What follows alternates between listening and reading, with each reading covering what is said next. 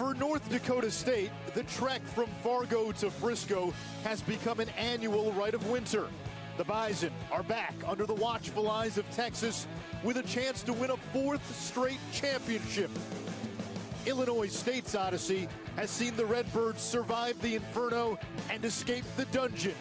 Now one hurdle remains. Can Illinois State stop the Dakota dynasty? From Toyota Stadium in Frisco, Texas, it's North Dakota State, the Bison, going for a fourth straight title. Illinois State, another team from the Missouri Valley Football Conference, seeking its first championship in school history in football.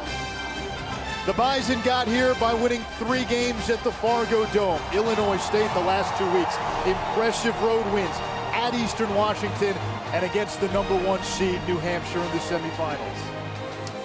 Good afternoon, Anish Shroff alongside former first-round pick Kelly Stauffer. Kara Capuano will be with us in just a bit. North Dakota State playing for a 4th consecutive championship. It is incredibly impressive what this program has accomplished. You know what we learned about this senior class in particular? They didn't get here by thinking about history. They got here by thinking about one game at a time. 57-3. They have one more game to play. Illinois State head coach Brock Spack didn't think his team would be here this year. He thought they were a season away, and then Trey Roberson showed up. Yeah, that was the difference. Trey Roberson has made this team different. Some growing pains early in the year, and about mid-season, the light started to go on, and quite frankly, this may be the hottest player in the playoffs that entire run. Roberson, the Missouri Valley Football Conference newcomer of the year. He's been sensational in the playoffs. For North Dakota State, their postseason star has been John Crockett. We'll have more on him in just a bit. But in a game where it's strength against strength on so many levels, you start to search for an X factor, and it could very well be the setting. North Dakota State has won 23 straight home games. This is not a home game. It's a neutral site game. Well, technically. You can see the migration through the Bison Tracker app of North Dakota State fans from Fargo to Frisco. Officials from North Dakota State told us yesterday as many as 17,000 Bison fans could be here this afternoon. Oh yeah, capacity, a little less than 22,000. Yeah, it's going to be interesting, and whether they're playing in Fargo or whether they're playing in Frisco, the thing that Illinois State is going to have to demonstrate that they can hang with the physicality that the Bison are going to bring. This is going to be interesting to see if they can stand up to that. North Dakota State will receive. Illinois State won the toss and deferred. And the FCS championship is underway. There is a penalty marker to start. And it's John Crockett taking the opening kickoff. But a flag back at the 37.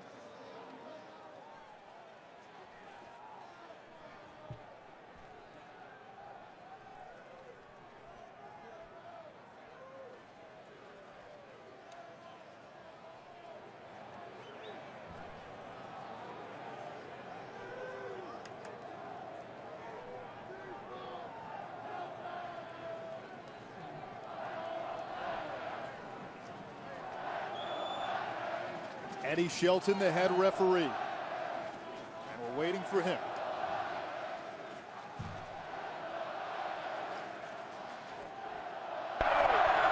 Offside. Kicking team, number 28. 5-yard penalty. Added to the end of the run. First down.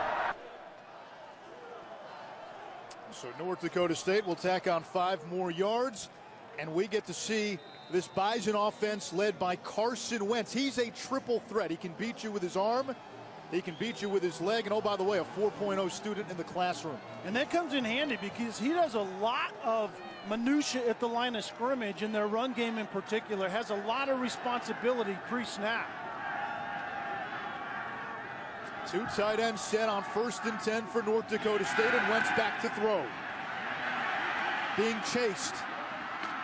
Breaks the tackle by the middle linebacker Meehan, and he picks up 5 yards. Teddy Corwin on the stop, and there's the running ability of number 11. And a very big athlete as well, and you can see it. He took some punishment on that particular play. 6'6", 230 pounds, but you're exactly right. mobile guy for that big of a guy, but also a very good arm and very smart at the line of scrimmage. This is a patient, methodical offense that North Dakota State employs. They give us to the fullback, Andrew Bonnet. He busts through the 40-yard line for a Bison first down. Planning for success brought to you by Northwestern Mutual. Kelly, how do these teams plan for success? I think North Dakota State, they're going to have chances down the field. They have to hit their mark when they throw the ball deep, and they have to play like a champion. To me, that just simply means you've been here, you've done that, play clean and execute well. Illinois State, tackle is a football team. They didn't tackle well when they played New Hampshire, and don't flinch. They're going to be punched in the mouth. The question is, how does Illinois State respond? Both of these teams out of the Missouri Valley Football Conference, co-champions in the league, but they did not play in the regular season. R.J. Urzendowski, the true freshman, chased down by Braden Crate. It's a gain of 8 yards. Urzendowski, the hero of the second-round win against South Dakota State. He had the game-winning touchdown catch in the final minute. And we already see North Dakota State coming out offensively and really breaking some tendencies. Play action pass, first play of the game. That time it was Urzendowski on the boot. The quarterback gets outside the pocket, but it's a physical power run game, but it's the lethal play action passing off of that run game.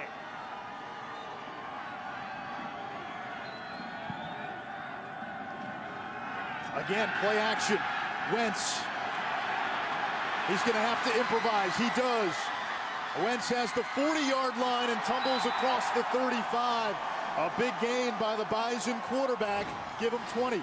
And this is the play action pass off of that power run. Very well defended down the field, but this is the athleticism by a big quarterback. Not interested in going out of bounds. Plants his foot and gets extra yards. Wentz came into the game with more than 550 rushing yards, 2,800 plus through the air. That's a single season Bison record. He broke Brock Jensen's mark. Jensen was the quarterback on the last 3 championship teams. And the first carry for John Crockett. Spins across to the 30-yard line before he's swarmed, and there is a flag.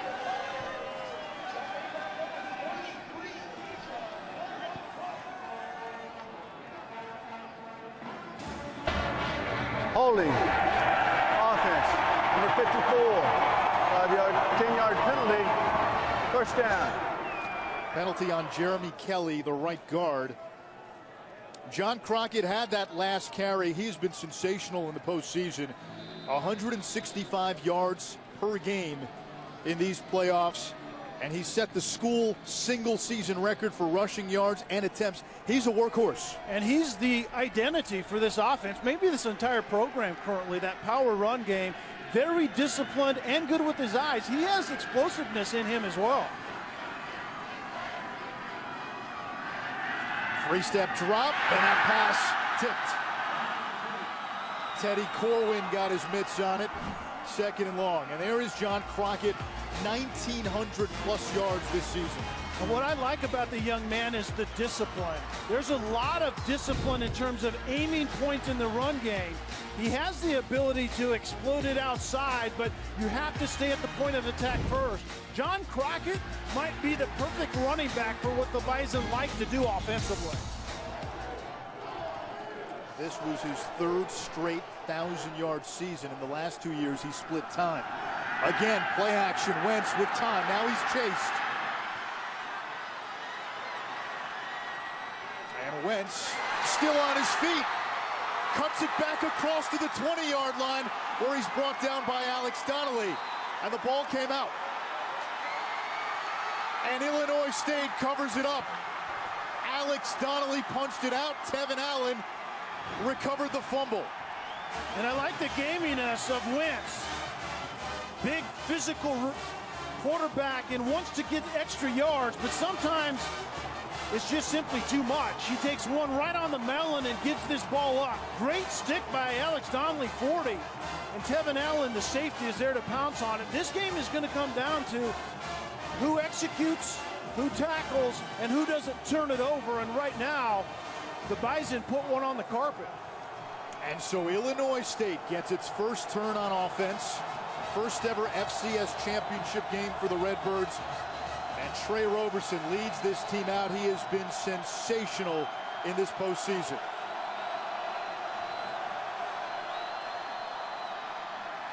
On first down, the give is to the FCS's leading rusher, Marshawn Coppridge.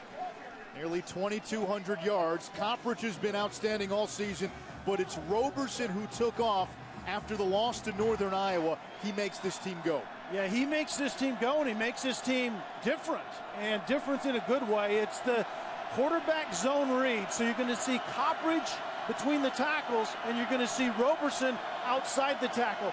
Roberson has made the team better. He's also made Coppridge very, very good as well. A transfer from Indiana, Roberson. He's going to keep it on the zone read. A stutter step. Roberson to the outside. Across midfield, and he'll scamper out of bounds at the Bison 45. A gain of 30. It's a zone read play, which means zone run inside. The offensive line is blocking it as if the running back's getting it.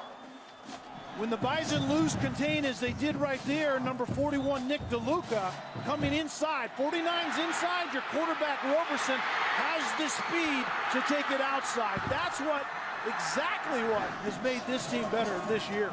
Offensively, Illinois State is as complete a team as you'll find in the FCS. Roberson, a 3,000-yard passer. Coppridge led the FCS in rushing, and they've got 2,000-yard receivers and an offensive line that's had the same 5 starters in every game. This is Roberson again, chased by Carlton Littlejohn, and Roberson just gets back to the line of scrimmage, 2nd and 10. Good pursuit there by Littlejohn, the all-conference linebacker. Yeah, much better discipline at keeping the edge, and that's what you have to do as a defense. You have to have gap integrity, but you also have eye discipline, and you're going to know run inside and quarterback, typically Roberson to the outside, and you just have to keep your eyes right. He's a very good ball handler, and he also has speed to get it outside.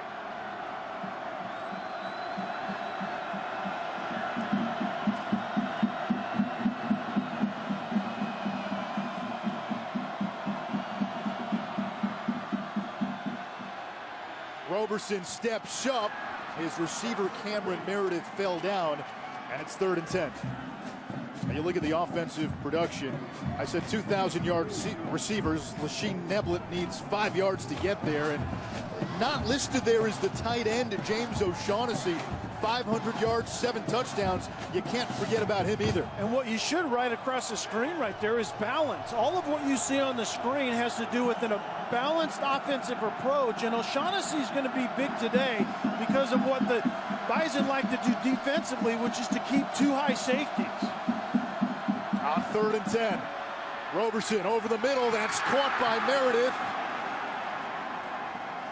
It should have been caught by Meredith, Yeah, Anish. I think he dropped the ball right at the end, and getting into the softness of that 2-high zone that North Dakota State is known for. We call it Tampa 2. 2 high safeties. The middle linebacker runs the middle of the field. There's a void in front of that middle linebacker, and Trey Roberson found Meredith, and Meredith didn't finish the play. So Meredith can't hold on. 4th and 10. C.J. Laros on to punt it away. A 2nd-team All-Missouri Valley Football Conference selection from Canberra, Australia, the capital city of Oz. And this one bounces inside the 5-yard line. And a terrific special teams play by Illinois State. A 41-yard punt, the Bison pinned deep. NCAA FCS Football Championship is presented by Northwestern Mutual, proud official partner of the College Football Playoff National Championship game, and in part by Nissan, premier partner of the Heisman Trophy. Let's go Birds! Let's go Birds! The Illinois State contingent here in Frisco, Texas. They are outnumbered, though, considerably. The Bison fans traveling well from Fargo. Zach Vraw in the game for North Dakota State. He hasn't played since the 2nd round due to a hamstring injury. He's the Bison's top wide receiver, and that's Vraw in motion. And movement up front.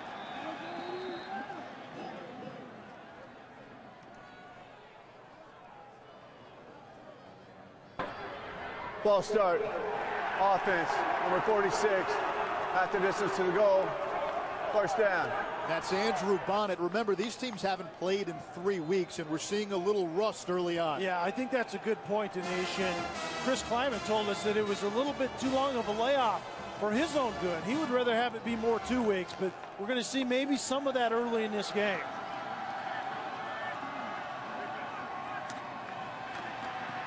There's John Crockett on first down, and he's met hard at the 5-yard line. Corwin and Dante McCoy there. The Bison, your 3-time defending FCS champions. 15 consecutive postseason wins. One of 3 teams to make 4 straight trips to the FCS title game. The other 2, Youngstown State and Eastern Kentucky. Youngstown State did it when Jim Tressel was the head coach.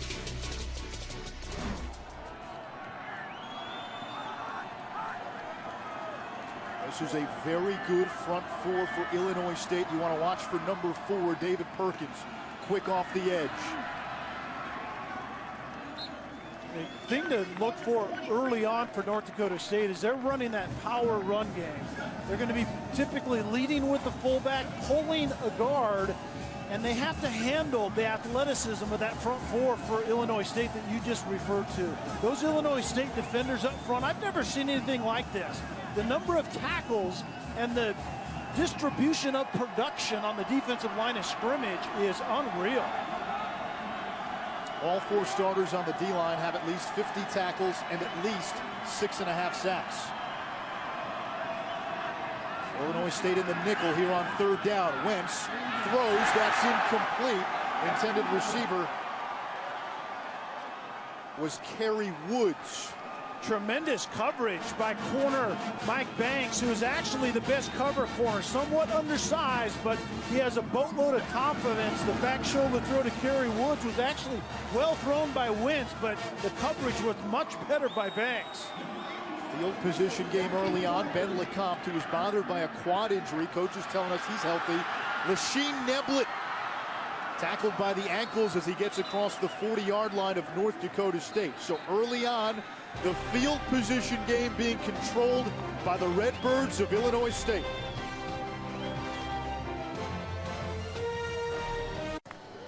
A team from the Missouri Valley Football Conference will win the title. Will it be Illinois State's first or the 4th straight for North Dakota State? There's Brock Spack. You just saw him a moment ago, the Missouri Valley Football Conference Coach of the Year. Chris Kleiman in his first season as head coach at North Dakota State.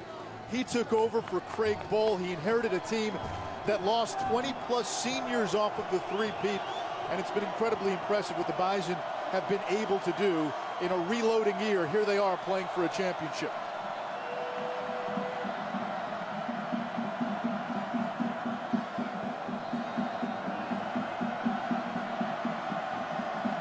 Great starting field position for the Redbirds on their second drive. Play action. Roberson going downfield for Neblett. And it's broken up. Terrific play, but a flag. It looked like C.J. Smith got his mitts on the ball, but a penalty marker comes in. C.J. Smith was on the coverage and was in pretty good position. He closes late, makes a little contact with Neblett, and does not look back for the football. I think that's a good call. Pass interference. Number 6 defense. 15-yard penalty. First down. You see right here, C.J. Smith is in good coverage, but the reach of the left hand pulled Neblett back, arrived a little bit early, and that might have been allowable if Smith is looking back for the football simultaneously. I made a good play with the right hand. It was the left arm which made the contact. It is not a spot foul in college, so a 15-yard penalty. Here's Coppridge, and he is wrapped up by Kyle Emanuel, the Buck Buchanan Award winner. That's given to the best defensive player in the FCS. You know, we've had North Dakota State multiple times the last couple of years. Every coach that talks about Kyle Emanuel says relentless. That is a great word to have associated with you as a defensive end, and that's exactly his MO. He plays from snap to whistle, down after down. A loss of 2 on 2nd and 12. Coppridge gets the edge, bulldozes across the 20, and finally pulled out of bounds by C.J. Smith. It'll bring up 3rd down.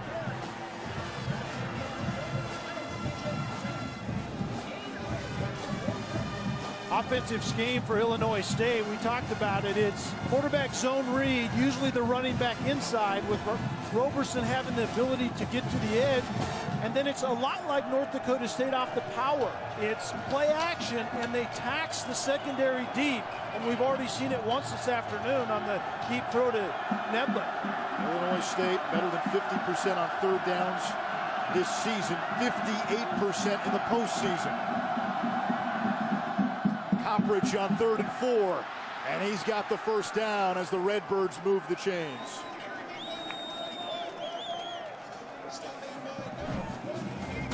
Illinois State co-champions with North Dakota State in the Missouri Valley. Rob Spack, the conference coach of the year, and this is the Redbirds' first trip to the FCS championship game.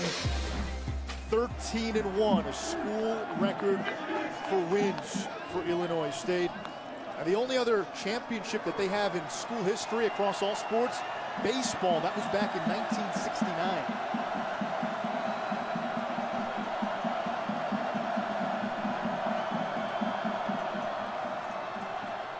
Roberson's going to keep this. Doesn't have much room. Esley Thornton on the stop. It's about a 1-yard loss.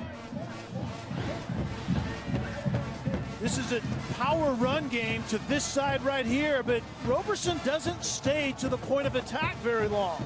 Everything is outside. He gets a little too antsy, tries cutting it back inside right there.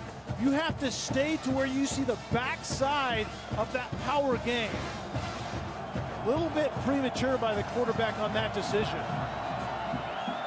3-receiver look. John Mark Anderson, the freshman in the slot. Roberson going through his progressions, now flushed. This is where he's dangerous. Throws on the run, back in the end zone. Touchdown, Anderson.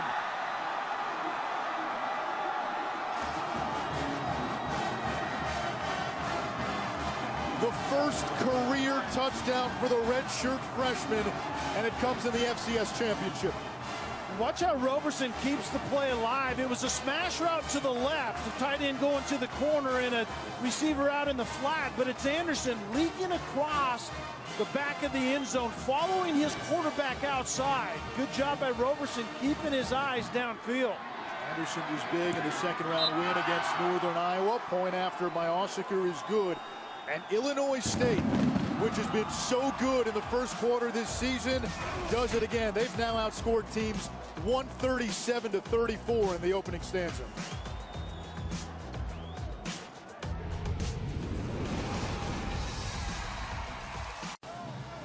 Illinois State has scored first in this year's FCS championship, taking the 7-0 lead over North Dakota State. Caracap, you want to welcome you back to Toyota Stadium. This isn't going to be a pillow fight. It's going to be a brass knuckles and baseball bat fight.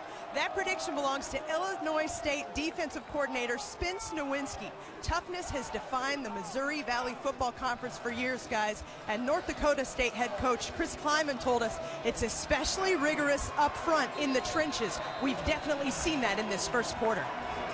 Yeah, Kara, this is a game where it is strength against strength. Illinois State, #1 in the conference in total offense and scoring offense. North Dakota State, #1 in total defense and scoring defense. And there's about 4 or 5 different numbers that you can manipulate, where it's one team does this really well and the other counters with the same really well on defense. Eric Perkins across the 30. He tries to crawl to the 35-yard line, a gain of 27. Look at the FCS ranks for both of these schools. We told you what they were doing in conference. North Dakota State, one of the best defensively. Illinois State, one of the best offensively. And then when you flip it, North Dakota State's pretty good offensively, and Illinois State's pretty good defensively. I think you just summarized why both of these teams are here. Right. There's no doubt about it. They play really well collectively, team-wise, and special teams is going to be important. We've already seen that. The first big special teams play was the punt that pinned North Dakota State deep, established field position. Illinois State's offense pays it off. And another penalty. If it's against the Bison, it would be their 4th. Legal substitution. Offense. 12 men breaking the huddle. 5-yard penalty. First down. We see Chris Kleiman right there not very happy with that. And the thing is, we talked about that North Dakota State has to play like a champion. Being highly penalized and turning the ball over is not what we're talking about. They are three-time defending national champions because they typically execute really well, and they're not doing it early in this game. The Bison only had 3 total penalties in their last 2 games combined. Wentz over the middle, open receiver. It's the tight end, Kevin Vaughtlin. And Vaughtlin picks up a first down. He's one of our impact players. Yeah, Vaughtlin, the tight end, we see him in the middle of the field on that last play, and he's going to attack those safeties, Allen and McCoy. A lot of quarters coverage on the back end, which simply means 2 high safeties, corners outside of those safeties, and Vaughtlin is the guy that has some plays deep middle against that coverage. While these two shared the conference title, they did not play in the regular season. John Crockett gets the call, running off tackle, using the stiff arm, and he's out of bounds at the 50, and a flag comes in. I think McCoy's going to get called for face mask here. McCoy did a nice job of running the alley outside when the running back Crockett bounced it, but I do believe he got the face mask. Personal foul, face mask, defense, number 1, 15-yard penalty, automatic first down. And actually they called Tevin Allen running that alley, and they're exactly right. It was Crockett has his hand on the face mask, and Tevin Allen, the other safety running that alley, that got Crockett's face mask. Allen, a 5'9" free safety, one of 3 all-conference selections on the back end of that defense. Crockett, the lone setback on 1st and 10 from the 35. Quick drop. There's Zach Fraw, North Dakota State's leading receiver, back after missing the last 2 games. He picks up 7. A good job by Wentz being on the same page as Fraw. They just simply made eye contact because of the soft coverage outside, and Wentz just raises up and bangs it out to Fraw. Good to see 82 back in the lineup. He was limited with a hamstring injury. North Dakota State going a little quicker than usual. Check down to Crockett, a very good receiving back. Crockett spins across the 20 and finally bumped out of bounds inside the 15 at the 14-yard line. It's a 14-yard pickup. Anisha, like the patience of Wentz. You see the balance right there on the end of that check down by Crockett. But Wentz could have escaped the pocket early. He stayed in and found his check down. I like the discipline of the quarterback staying in the tackle box and dropping the football off on time. That's a good example of it. King Frazier, the Nebraska transfer, comes in to spell Crockett. 2 tight end look with the fullback. Here's Frazier. And Frazier dropped at the 15 for a loss of a yard. It's Braden Prate, 2nd team all-conference defensive tackle, and he was a guy who had Division I interest out of high school. And he came from the backside from his defensive tackle position. That's where you see the athleticism show up with that front 4. And I'm telling you right now, 6'5", 6'4", 6'3", 6'2", 6.5 sacks up to 8 sacks collectively across the board. And the production of tackles as well is really impressive.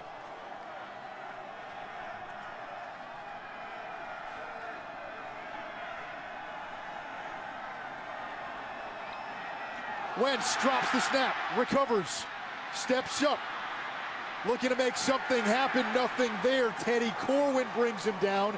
It's a loss of 2, and so far, you got to give a lot of credit to that Illinois State front 4. Very athletic up front, and Wentz just has what he wants outside, one-on-one, but he didn't do the most basic thing, which is secure the shotgun snap first. He was able to get the ball and basically get back to the line of scrimmage, but you see a little rustiness right now out of the Bison, and they're the defending champions. Right now, Illinois State is handling this environment better than North Dakota State is.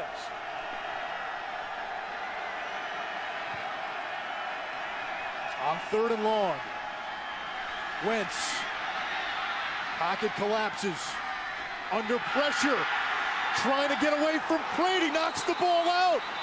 And North Dakota State able to cover it up, but that may have knocked them out of field goal range. I think you're right, out of field goal range, and it may mean that North Dakota State potentially goes for it on fourth, but I see their field goal team coming on now, but not a very good decision by Wentz. Very, very good quarterback typically in terms of decision making, not good there. Well, I guess they marked him down at the 24-yard line to the chagrin of the Redbird contingent. Adam Keller, 41-yard field goal is good, and with that kick, he has now tied the single-season FCS record for field goals made with 27. It was interesting that they blew that dead. They apparently said the forward progress had been called. I don't know, that seemed like a quick whistle to me. Well, I'll tell you who was in the middle of that play, Braden Prate. And defensive coordinator Spence Nowinski told us for his unit to play well, it has to start with Prate, and Prate's made an impact early. Yeah, we'll see if we can hear the whistle.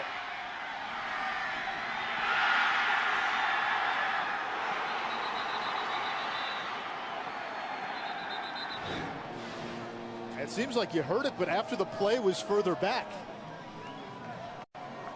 All right, we have the head of NCAA officials, Rogers Redding, in our booth. Rogers, what did you see there? Well, what happened there was that the forward progress was stopped. You could see the official on the sideline raising his hand to indicate that the ball was dead. You might not hear the whistle, but they're going to allow the forward progress, and the drive back is not going to be allowed. Short kick by Tom Barneson, fielded by Lasheen Neblett. He's taken down shy of the 24-yard line. Oh, there is one more college football game of importance. Monday night, about 30 minutes from here, Marcus Mariota and the Oregon Ducks look to secure their first national title. They'll do it against Ohio State, 8:30 Eastern, Monday night on ESPN.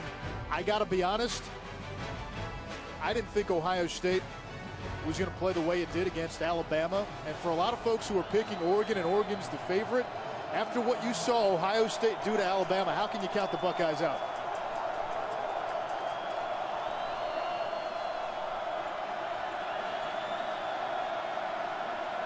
Play clock down to 1.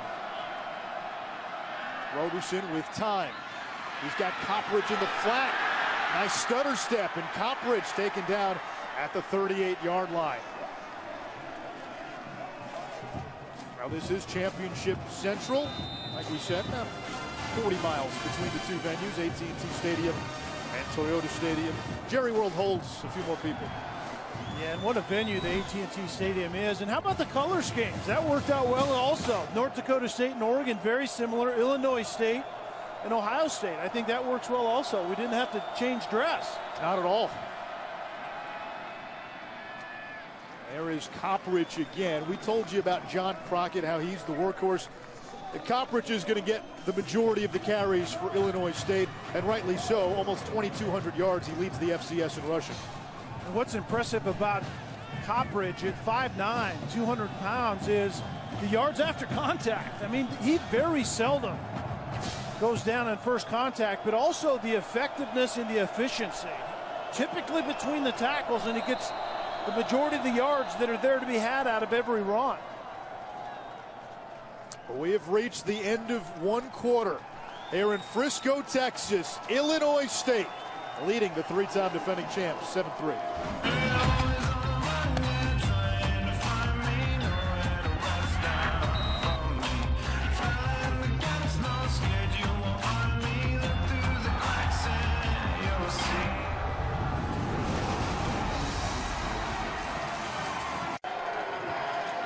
Shroff Kelly, Stauffer, Caracapuano. It's the first FCS title game between two teams from the same conference. And the Missouri Valley Football Conference had 5 teams in the playoffs, 9 postseason wins, an FCS record. It'll be 10 after today.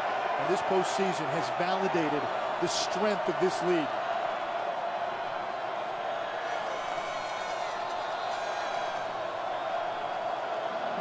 Illinois State working on second down. Roberson off play action. Throws on the run in traffic, caught by Neblett, and make it incomplete. Third down.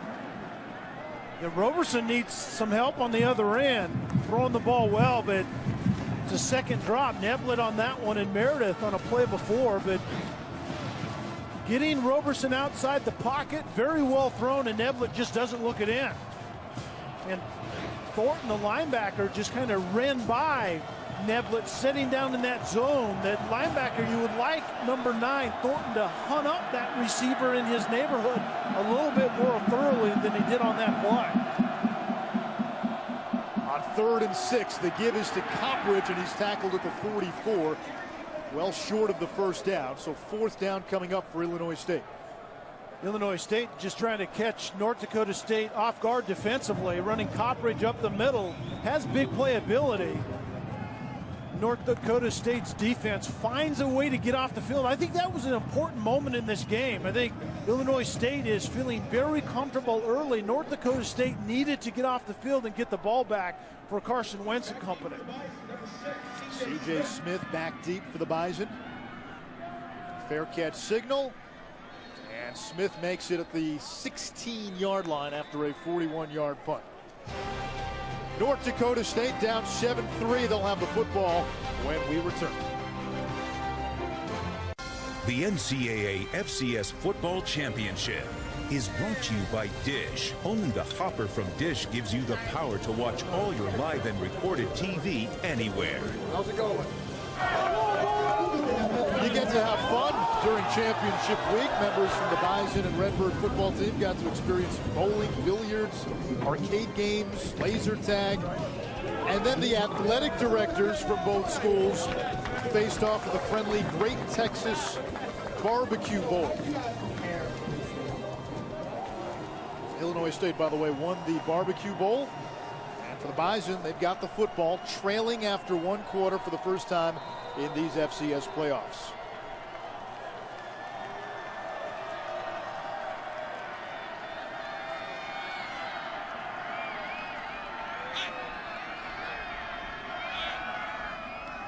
Wentz on play action. Throws downfield, and that is a catch. Trevor Gebhardt along that far sideline, tackled by Josh Birch. Moving the pocket, very good coverage by Birch, number 27, but Gebhardt, I'm not sure if he secured that all the way to the ground or not. Called a catch on the field, and it looks like they're going to roll with it. Very well thrown by Carson Wentz. He is a very good thrower of the football on the move.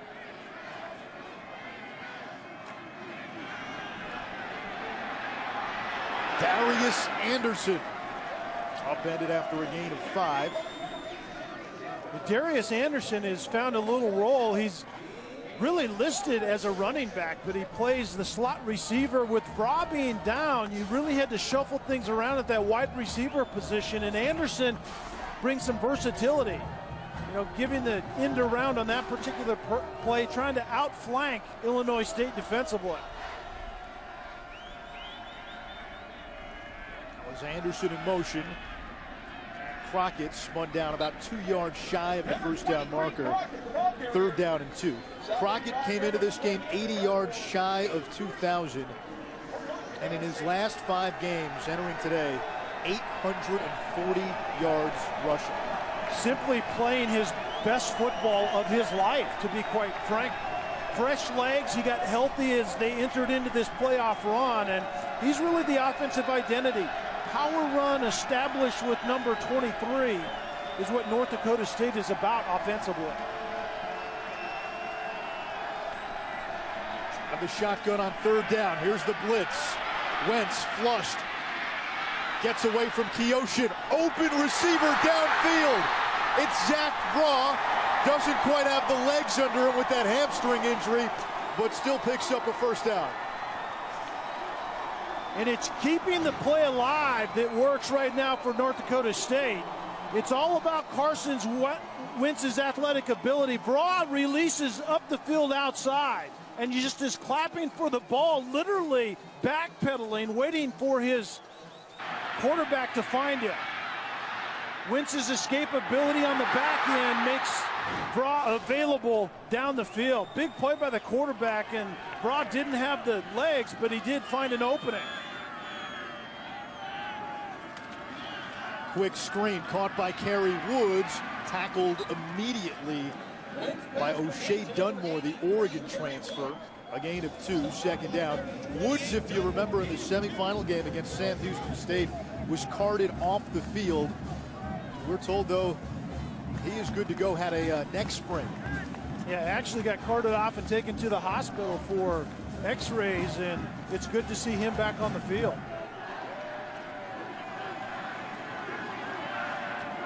Wentz with that last pass sets a school single-season record for completions in a year on the quarterback draw. Wentz across the 15-yard line to the 13. He's a big boy, 6'6", 231. Yeah, you have to make a business decision when you go up to tackle that quarterback. And offensive coordinator Tim Polasek for the Bison told us that it's going to be more about his athleticism extending plays than design quarterback runs that we see right there. That was a quarterback lead. It was designed for number 11 to carry the football.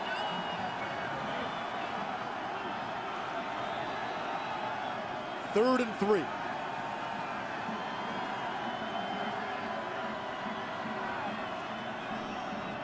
Here's Crockett. He is tackled by Dante McCoy, the safety, and this will be close. It'll depend on the spot. Crockett has such a sense of what his team needs, and he extends the ball, but the question is, was his knee down before he extended? I think the left knee was down. Yeah, the left knee was down, and I actually think this is going to be reviewed and brought back about 1.5 feet short of that line to gain. I think that's a good call. The ruling of a first down is under further review. No, it's where the ball is when the knee goes down on that particular play. I think this is going to be about 1.5 feet short. Take a look at it again. Left knee down as the ball is extended. The left knee's already been down before he reaches across right there. Let's see where that knee goes down. Stop it right there. Knee down, ball short. I think North Dakota State lines up in their most massive package of bodies they can get personnel-wise if they're a little short, and they need to make something happen right here on this drive. I think they go for it anyway. Okay. Rogers Redding is in the booth with us, the head of the NCAA officials. I think the question here is going to be whether it's indisputable that that knee was down at the time that the ball was short of the line of gain. I mean, it's pretty clear, but is that really down? I think that's the question that the replay official is going to have to answer, whether that's indisputable video evidence to overturn that call. And that's why the ruling on the field is so important. Yeah. Right. I mean, the ruling on the field is a default. They go to that, and so that's why it's important, because sometimes you just can't tell from the video that it's absolutely clear that it's knee down in this case.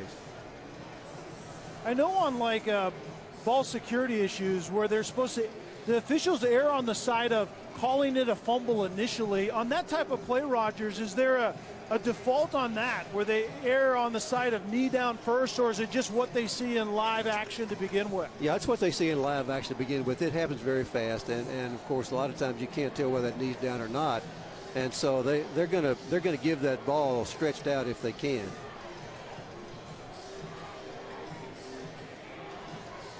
You know, Nish, in the meantime, John Crockett has such a knack for making those little things. You know, he's disciplined at the point. He has the athleticism and speed to bounce it when it's time to do so, but it's those things. We've seen this before when they need a big play, when they need a first down, when he just has to eke something out.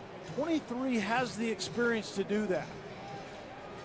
If you look at the Bison's playoff run in the quarterfinals against Coastal Carolina, Crockett had a couple of big touchdown runs, including the one that really sealed the game. After further review, the ball will be placed on the 11-yard line, 4th down and 1.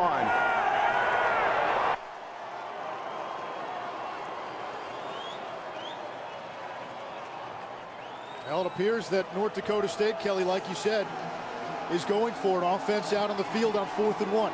And it's actually inside the 11, so it's about probably 1.5 feet. And remember, you have Carson Wentz that's used to being under center, and he's 6'6", 230 pounds. Bison 4 of their last 5 on 4th down. 5 for 9 on the season. And there's Wentz. That's where it helps to be 6'6". And I like the fact that he recognized where the softness was. You know, Illinois State defensively was bearing down on the center, had 2 guys right over the head of the center, and he sneaks off to the right. There's a little softness off to the right side of the guard, and you have to recognize that as a quarterback. Where's the softness? And slide down the line without giving ground, and that's what Wentz did. 1st and goal for North Dakota State. Crockett makes a couple of guys miss, and he's taken down near the 5-yard line. 2nd and goal now for the Bison.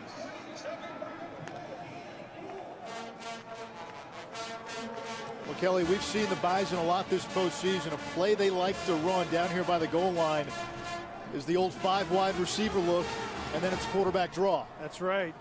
Prototypical quarterback draw look, and they do like it, especially deep in the red zone. Right now they kind of have their big guys in there. This is a lot of times a power play, or they like to get Wentz outside the pocket on a naked type of boot somewhere.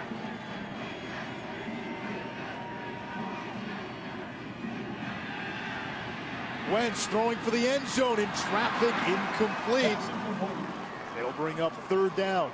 And this is actually a throwback. They play action pass, and you start to launch the quarterback outside the pocket, but that was designed to go back to Kerry Woods the entire time.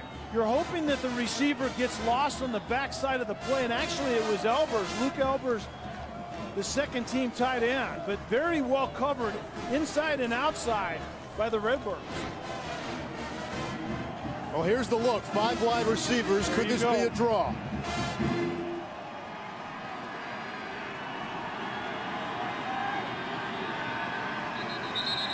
Maybe that's what Brock Spack is thinking too. 3rd and goal. Illinois State calls a timeout to get its defense set. Big play coming up for North Dakota State. 8:47 to go, first half. All right, Adnan. All right, now North Dakota State faced with a 3rd down and goal. Illinois State just called timeout. Before we went to break, we were talking about the Bison going spread, 5 receivers. And they sometimes like to run quarterback draw. I don't know if they come out with the same look. I think they changed the look for that very reason. Illinois State called the timeout, probably notifying the defense or reminding them quarterback draw. Completely different set of personnel now. 2 tight ends for North Dakota State. 11th play of the drive. Wentz wants the end zone. Touchdown, North Dakota State. It's Luke Albers. Very good chess match going on. I think the burning the timeout by Illinois State to remind the defense that 5 wide means quarterback draw with the 6'6", 230-pounder. So what does North Dakota State do? They change it up and play a 2 tight end game down to the left. The outside tight end, Elders, goes deep. There was a tight end underneath holding that coverage, creating some space. Very well designed and executed by North Dakota State offensively. 4th touchdown reception of the season for Albers. 2nd this postseason. And the Fisheries and Wildlife Management major gives North Dakota State its first lead of the afternoon.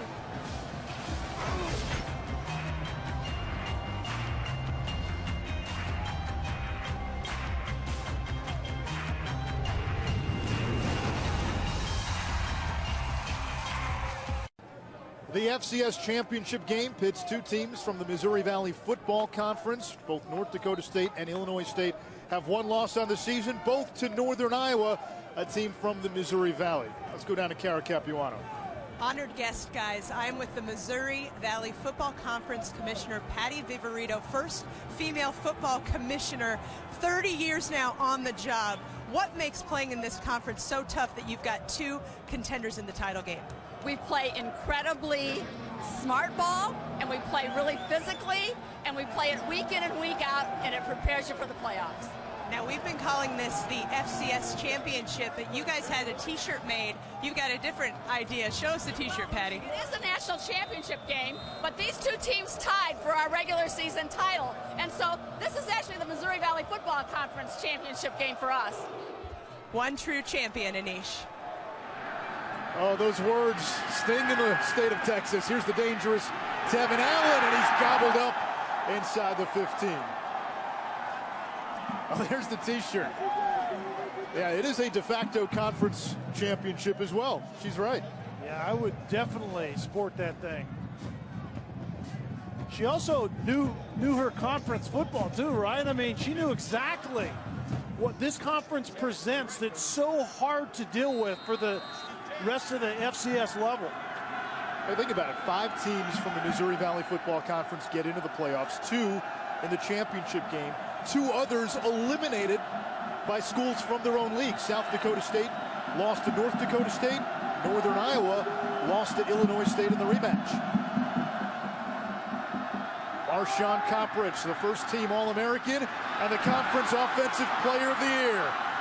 Coppridge out of bounds as he crosses the 40-yard line. What a season he's having, a gain of 28. And how about the yards after contact? Once again, we talked about it. And Christian Dudzik, the safety, is typically a very good tackler right there. And he doesn't lock up. And if you don't wrap up number 25, he's just going to bounce it and get more yards. You have to come up there and meet him with your entire body. And Dudzik does not do it on that play.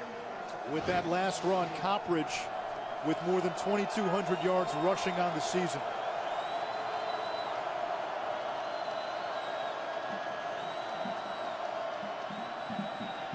Roberson gets rid of it quickly, incomplete, low throw. He wanted Neblett. Well, one of our keys to the game is Illinois State can't flinch when they get punched, and I think that last drive was a prototypical North Dakota State drive offensively. Physical, they paid it off with a touchdown, and now how does Illinois State respond?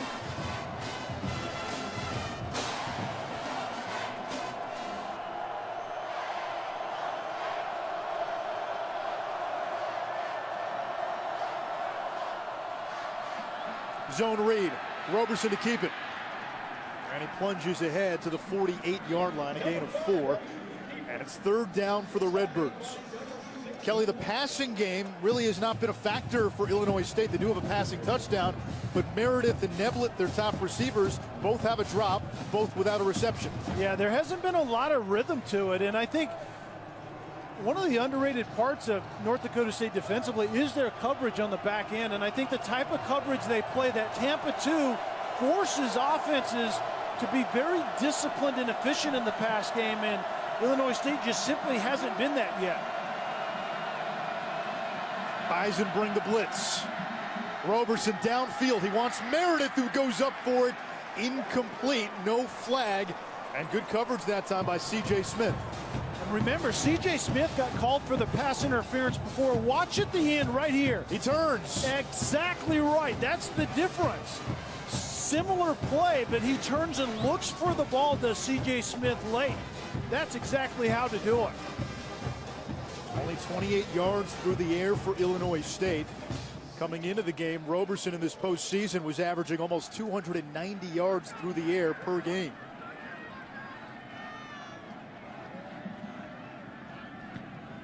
Laros, good punt. Fair catch signal by Smith.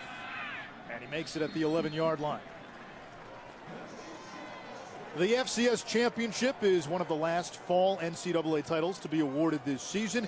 You can catch up on all of the great championship stories from every fall sport in every division on NCAA.com. See who the winners were from cross country to volleyball. Log on today. Well, Illinois State needs to get off the field defensively right here. I was just going to ask you, time of possession. When you have spread, no huddle, up-tempo teams, you can throw that stat away. With these two teams, it matters, and right now, North Dakota State dominating that category. And it's typically the fourth quarter where that time of possession really starts to show its wear and tear. There's John Crockett. And he torpedoes to the 15-yard line, a gain of 4. North Dakota State offensively is all about, we talked about the power run game, and that's really their identity, and it leads to time of possession. And ball security is another cornerstone of what they want to do offensively. They did turn the ball over once, but that last drive was prototypical North Dakota State, and it's typically right down Main Street in that A-gap area. They give us to the up-back Chase Morlock. Morlock breaks the tackle, picks up a first down. He gets to the 26-yard line, a gain of 11. That A-gap discipline that's needed by the defense, because that's what North Dakota State does. Lead with the fullback, skip an offensive lineman, a guard in this case, from the right side, and then it's the A-gap discipline. Crockett has to keep it tight, and he's very good at doing just that. That is North Dakota State's identity on the offensive side. Andrew Bonnet, the fullback, showed 2 consecutive fullback dives called by the Bison. Yeah, and kind of a changeup. You know, Bonnet's usually a guy that just goes in somewhere and runs into the first thing he sees, but he's carried the ball a couple of times, and he's that up back. You know, typically in that A-gap discipline we talked about, he's the leader. He kicks out 1, and the guard pulls and kicks out 2, and now all of a sudden North Dakota State changes it up and gives it to that lead blocker, and the defense has lost him twice. 5 carries on the season for Bonnet, 2 today. Wentz in trouble, and down he goes back at the 20. Mike Banks coming on the corner blitz. The corner fire from the boundary side. As a quarterback, you have to see it. The problem that time for Carson Wentz, it was play action away, and typically that's when the quarterback turns his back on the boundary side, and that's exactly what Wentz did on that play. Because of the design, he turned his back on Banks, and Banks got to him. Banks making his 50th career start, most on the team. He's from the south side of Chicago.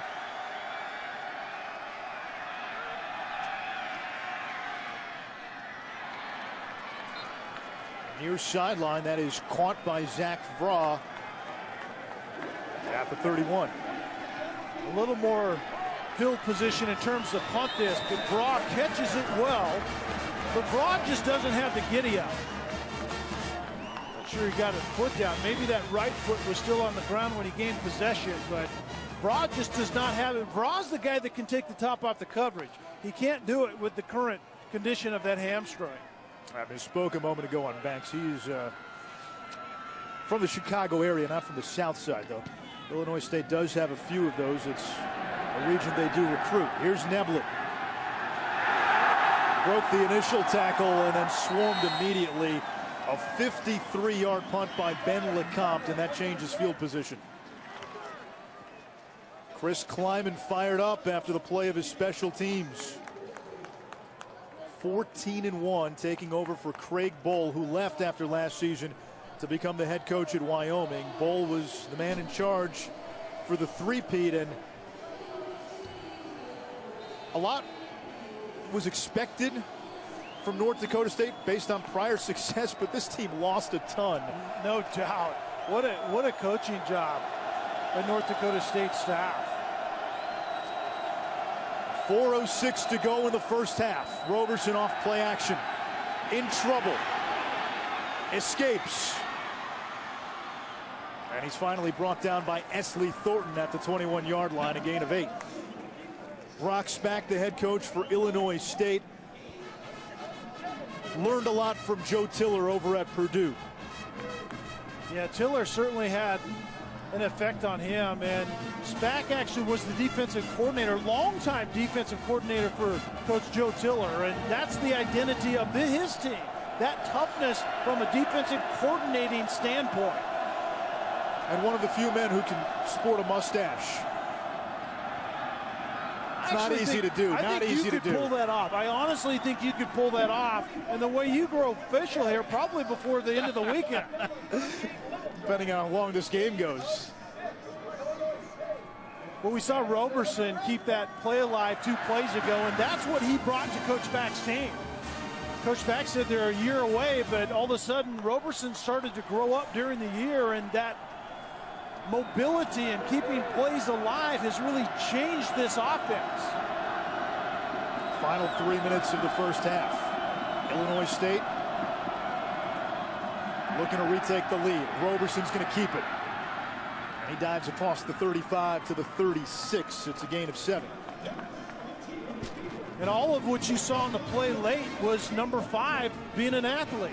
Very well covered on the back end by North Dakota State, but the guy you have a hard time putting a hat on is the quarterback that's elusive. Illinois State over 100 rush yards in this first half.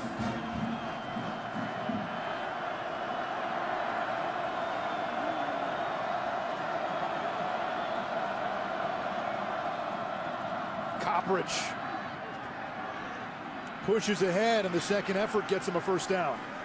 And some of the run game right now for Illinois State, we talked about Roberson, and a lot of it's been impromptu type of stuff keeping plays alive, but the run game with Coppridge is more of a counting exercise up inside. North Dakota State loves to play two high safeties, and typically for a quarterback, that's a run look. And that's what you saw in that last play. Just needed a couple yards to extend this drive. Coppridge gets a much-deserved breather. Jamal Towns, the sophomore from Harvey, Illinois, in the game.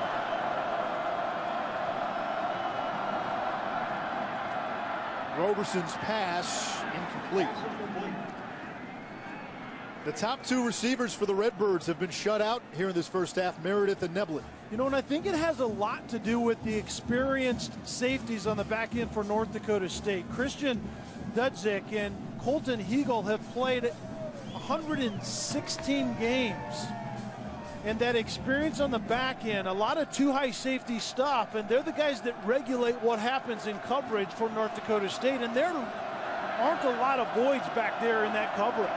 Roberson just 2 out of 8. Blitz. On the run, Roberson floats it upfield, dangerous pass, incomplete. Anthony Warham was the intended target, and it's 3rd down and 10. A great job by Roberson keeping the play alive, but not a good decision on the end. You do not want to float one back in there. This ball easily could have been picked off by Hegel. Didn't finish the play, but that's not where you want to loft one. 5 straight incompletions by Roberson. He came into this game completing 67% of his passes in the postseason.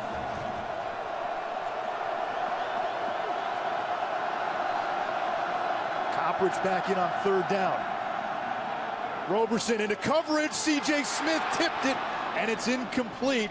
Smith had an interception against Towson in the championship game last year. Nearly came up with one there. And C.J. Smith is explaining himself to Jordan Champion. Watch C.J. Smith have a second chance to catch the ball in the end, and then Jordan Champion comes over and takes it off his helmet. C.J. Smith almost had a tremendous interception. He's complaining to Jordan Champion as he gets off the turf right there. So Illinois State forced to punt it away. Not a good kick by Laros. It takes a bounce at the 40 and takes a Redbird bounce. So the ball going Illinois State's way, and it'll be down at the 30-yard line. 1:07 to go here in this first half. Adnan Vert in the studio. He's got you covered at the half.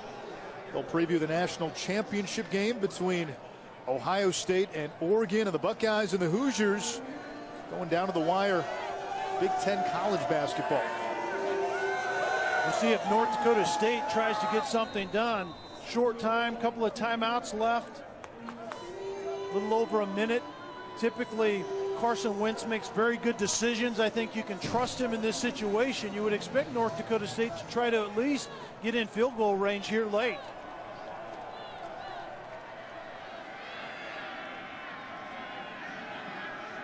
Play clock down to 2.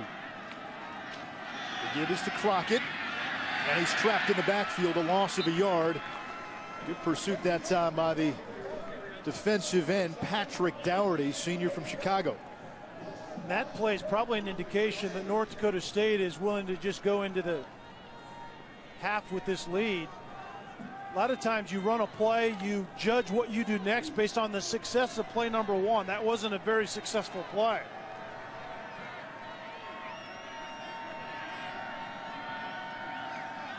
Crockett again.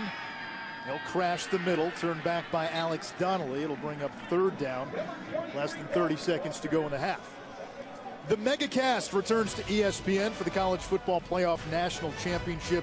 It'll feature more than 12 different ways to follow the game across ESPN platforms, including Film Room on ESPN2, where analysts and coaches will provide in-depth analysis as the game happens, and ESPN Voices on ESPNU. That'll feature a cross-section of on-air personalities from outside the college football world, including Jay Billis, Barry Melrose, and Michael Wilbon. We've got one more half to play in the FCS championship game. North Dakota State, the three-time defending champs, with a 10-7 lead on conference rival Illinois State. How do you take the temperature of this first half? A little rust early, and then I think North Dakota State started to show up a little bit, and I think they're in a pretty good position. Illinois State's going to have to deal with them in the second half. Let's go down to the field in Cara. On the way over to talk to me, Chris Klieman talking to his quarterback Carson Wentz. What was your message there to your QB? Well, we were talking about the win for the second half because they're going to get the football first, and we got to decide what we're going to do in the third and fourth quarter. What do you think you're going to do in the third and fourth quarter? Well, I'll talk to the guys inside there, but great, well-played first half. We've got to tackle a little bit better. Obviously, the quarterback's a great player, so we've got to keep him in the pocket to have success. Something we'll look for. Thanks, Coach. Thanks. Anish? Only a three-point game, and for the Bison and their faithful, 30 minutes away from a fourth straight championship. Let's go to the studio now and Adnan Virk. Welcome back to the NCAA FCS Football Championship presented by Northwestern Mutual. About ready for the start of the third quarter here at Toyota Stadium in Frisco, Texas. Three-time defending champ North Dakota State with a 10-7 lead against Illinois State, both teams from the Missouri Valley Football Conference. There was a little bit of a feeling out process in that first half with both teams from the same league, but they didn't play each other. The two quarterbacks were feeling it out as well. Carson Wentz, though, was the difference for the Bison.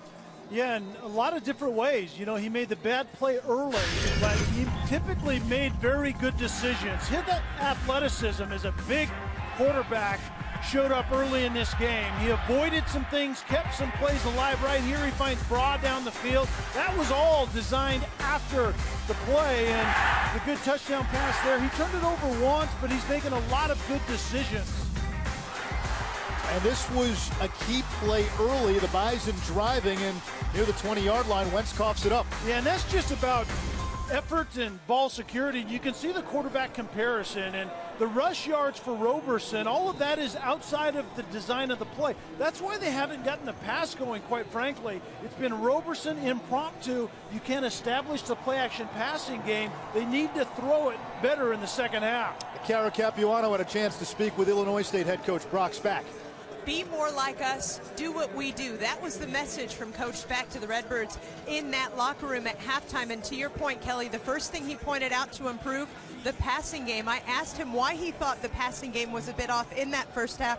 He said the 3-week layoff did not help. He also wants to see improvement on the defensive side with tackles. And he said, you know, the Redbirds missed some tackles. And remember, that was Chris Kleiman's biggest concern with the 3-week layoff was tackling. So both coaches had a pretty good idea what their teams might struggle with because of that big break, Anish. All right, Cara, look at the first half stats. North Dakota State and Illinois State both have been able to move the ball on the ground. Bison, big advantage through the air. Third downs, both teams not as good as they usually are, but they're both facing pretty good defenses. Pay attention at time of possession. That could be a big factor in the second half.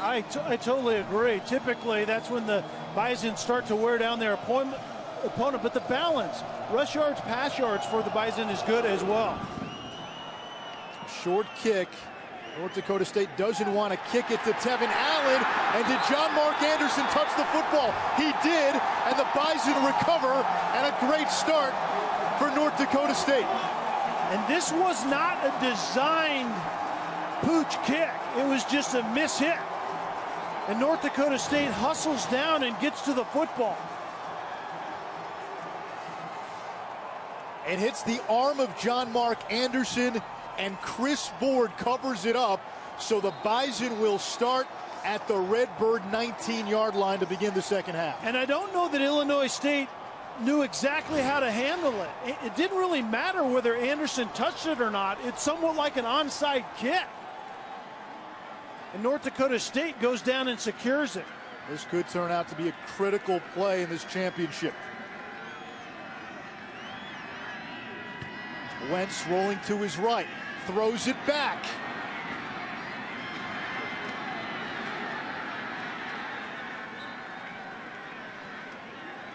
And no gain that time, and it looked like that was going to the lineman, and it was Joe Haig, first team all-conference left tackle, eligible receiver. Remember, we saw this in, I believe it was the semifinal game in the Fargo Dome, and Wentz throws this back to the lineman, and it has to go backward, therefore he's eligible. Any player is eligible as long as the ball goes backwards, and it did on that play. When they ran in the Fargo Dome, it was successful, but it got called back because the pass was actually going forward. John Crockett tackled right at the 20-yard line, no gain. And it's going to bring up 3rd down and 10. What'd you make of that first down call when you have the ball in the red zone here? Yeah, I think it's getting a little bit too creative. I think this is a great time after that big special teams play for North Dakota State to just line up and be who they are. Physical run game, active quarterback athletically in the play-action passing game. Now you're in a bad situation here on 3rd and long. Press coverage all the way on the outside. Wentz in trouble, and he's sacked. Braden Prate again getting into the backfield.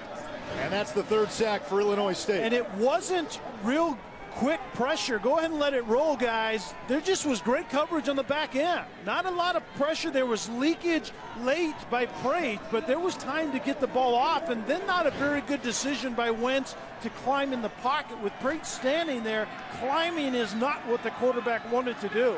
Prate has been the best player on this defense today. 41-yard field goal by Keller, and he drills it. So 2 makes from 41, and with that kick, Adam Keller sets a new FCS record for field goals made in a season. But if you're Illinois State, Brock's back. Without this half started, you'll take giving up 3. Yeah, good special teams play here early. Illinois State makes a mistake on special teams, but in the end, the defense bails them out.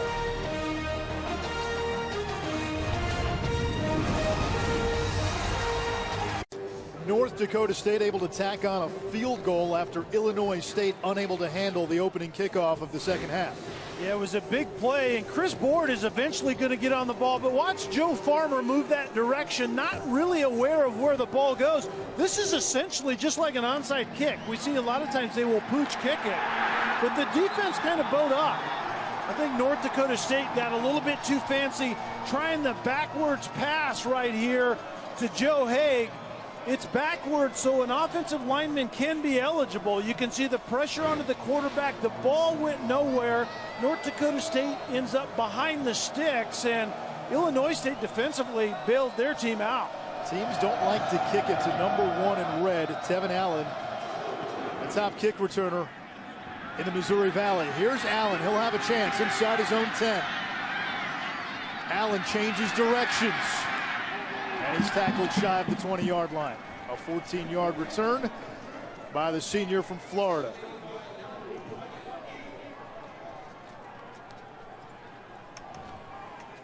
Trey Roberson in that first half for Illinois State. 2 of 10 passing, 28 yards. Was able to get it done on the ground, 48 yards rushing. His top receivers also need to step up. Meredith and Neblett without a catch. The tight end O'Shaughnessy also without a catch. And a lot of the rush yards for Roberson were the impromptu kind, keeping plays alive. Remember, Illinois State wants to build their pass game in the play-action form off of a run game. High snap. Roberson, he's going to go downfield. He wants Meredith. Incomplete. C.J. Smith on the coverage. In the semifinal win against New Hampshire, Illinois State was able to hit on a couple of deep balls. We've seen them do that in this postseason.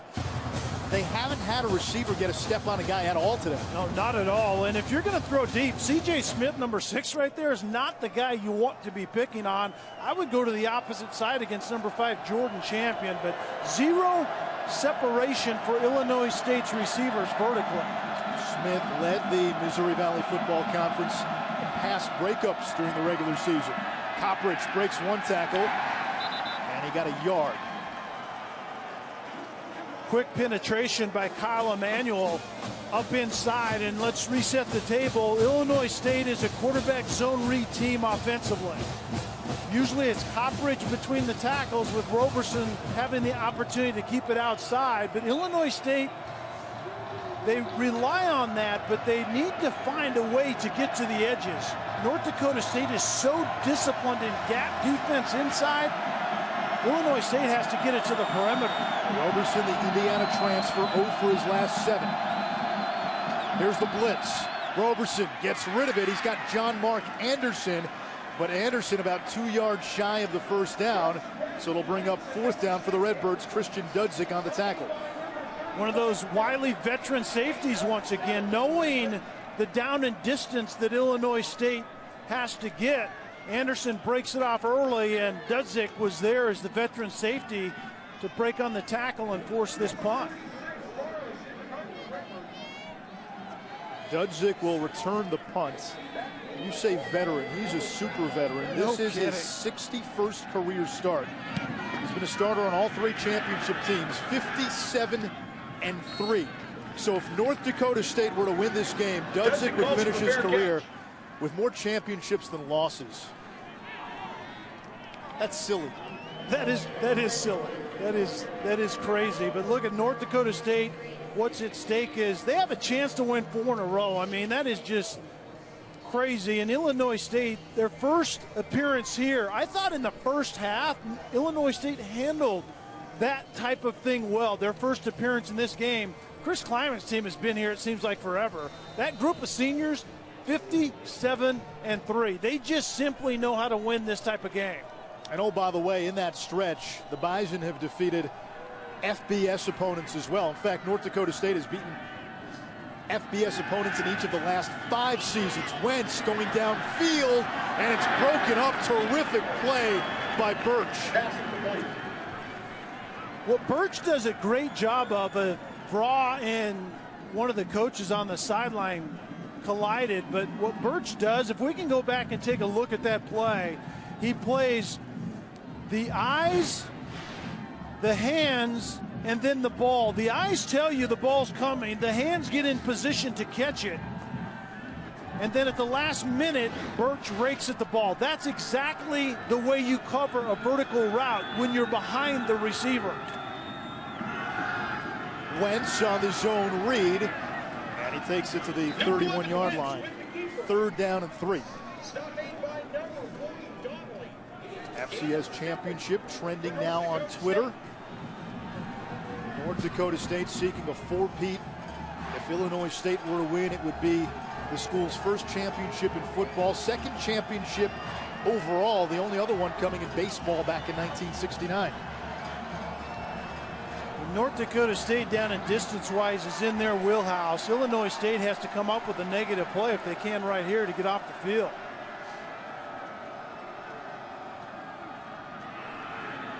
This is Wentz on the keeper. He's got some room. Wentz across midfield and taken down at the 35-yard line. It's a 34-yard gain by the Bison quarterback. The fly sweep motion by Anderson changes where the eyes are defensively for Illinois State, and in the end, it was just number 11, Wentz, keeping the ball. What an advantage to have when you have a big quarterback that A, makes good decisions, and B, has the explosiveness to make plays like that on 3rd and 3. Wentz leads the team with 76 yards rushing today. Trouble with the snap. Now he's in trouble, gets away from Kioshin, and he's able to scamper out of bounds and pick up positive yards. He got about 7 on that play. These bad snaps, actually. Hines is the snapper, number 76, and that ball was to the left. And what you see there is Hines is a polar on that play. The center is actually pulling to his left, and sometimes that's exactly what happened. The snap ends up going awry to the direction that the center is pulling. Illinois State has done a good job on Crockett, but Wentz has been the X factor in the running game. Kerry Woods in motion. This is Crockett. He smashes through the middle, gets it up for a first down as the Bison move the chain. It is the Bison. The Z is invisible. Get the Z in there. You're exactly right. But it is audible. That's how they say it up in Fargo. And you Bison. will hear about it if you don't say it like that. Not that we have experience of not saying it right, but you would hear about it. Trust me. They'll let you know. Total yards being totally dominated by North Dakota State currently. Double tights once again with the fullback. Here's King Frazier, a transfer from Nebraska. Frazier bounces it to the outside, and he's taken down inside the 15-yard line. Another first down for North Dakota State. Give Frazier 11. What North Dakota State's doing offensively right now is they're going double tight ends with a fullback, and it presents a balanced picture for the defense. So conversely, typically you get a balanced look out of the defense. Carson Wentz goes to the line of scrimmage, decides where his team has the advantage, and they run the play. They ran it to the left one side, they ran it to the right side that time, although Crockett bounced it back to the left. Darius Anderson. And he's finally turned back. Tackle made by Pat Meehan, outstanding middle linebacker. Illinois State defensive coordinator Spence Nowinski says Meehan is the definition of their defense, a unit that he dubs as the Mutts. Yeah, and that he means that in a good way. No superstars on that side of the ball, but they play well, very well as a team, and Meehan is the epicenter of that. A very athletic defensive line of scrimmage, and then 33 is the blue-collar guy that holds everything together. He had a first-team all-conference selection, leading the team with 100-plus tackles. A balanced look once again. Crockett up the middle, running behind that line and slips through for a touchdown.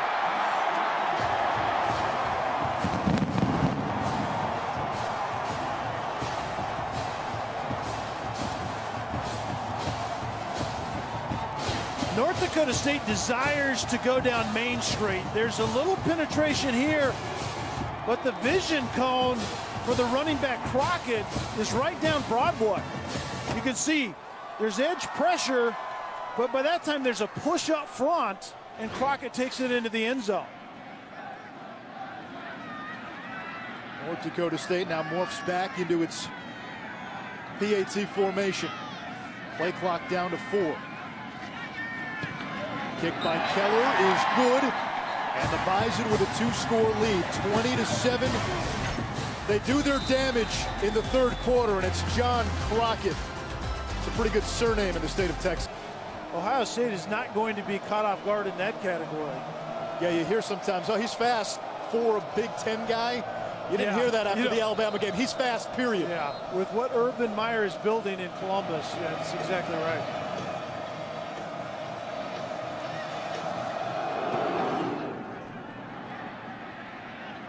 Allen fields the grounder. One of the most dangerous kick returners in the FCS, and he's to the 34-yard line. John Crockett's touchdown has given the Bison a 2-score lead. And this is an attitude type of finish. It's right down Main Street, kind of the A-gap run game once again by North Dakota State. Look at the push and look at the finish. And Crockett is their finish guy. And the Bison now in the third quarter this season have dominated their opposition. 157-29 is the scoring margin. Critical drive for Illinois State. Marshawn Coppridge, the All-American, pushes ahead to the 40-yard line, and we go down to Kara. Guys, Chris Kleiman told us one of the keys to success this year for the Bison is how this year's seniors learned how to lead from last year's seniors. And I just saw an example of that with wide receiver Trevor Gebhardt rallying the offense, saying, stay level-headed, stay disciplined, don't look at the scoreboard right now. all the dynasty talk, all the talk about a four-peat. The coaches and players on that Bison team have said, hey, that's all for you guys in the media. That's for the fans. They're focused on winning one game. That's been their line throughout this postseason. Yeah, and I think that's exactly where that senior class that Chris Kleiman has at his disposal currently is 57-3, for crying out loud. They don't think about history. They think about, Coach Kleiman, show us how to win one game. And this is the one game in front of them right now, and they're fixing to take this game over. Illinois State doesn't extend drives and down to distances like this. The Redbirds, 1 out of 6 on third downs. They were 58% in the postseason entering the game. And a whistle. 3rd and 3 is about to become 3rd and 8 for Illinois State. False start. Offense, number 80. 5-yard penalty. Remains 3rd down. That's the tight end, James O'Shaughnessy. What a big game in the second round against Northern Iowa, but it's been quiet today. I think one of the most important moments in North Dakota State's season, Anish, was after that loss to Northern Iowa. The players came into the locker room wondering how the coaches were going to respond. They said, you know what? Move on. The streak's over. Win one play at a time. It shows up in championship games like this. It's snapped a 33-game win streak. Roberson on 3rd down over the middle, and Meredith able to hang on for a 1st down. Boy, do the Redbirds need that. And Meredith comes up big. Roberson throws into tight windows, and most of the windows on the back end in this North Dakota State coverage is tight, but coverage did kind of a triangle at the end. All over Meredith, but he looks it in, finishes, and you're right. They desperately needed to extend this drive. First catch of the game for Meredith, a 1,000-yard receiver who moved from quarterback to wideout a couple of years ago. Coppridge taken down at the 47-yard line. It's a pickup of 3. And a little different type of run that time. That wasn't necessarily just the read game. It was more of a call give where Lidke, the left tackle, was actually pulling and leading that play, and then Coppridge trying to bounce it outside. I talked about the need for Illinois State to get to the perimeter. That's one way to try to do that.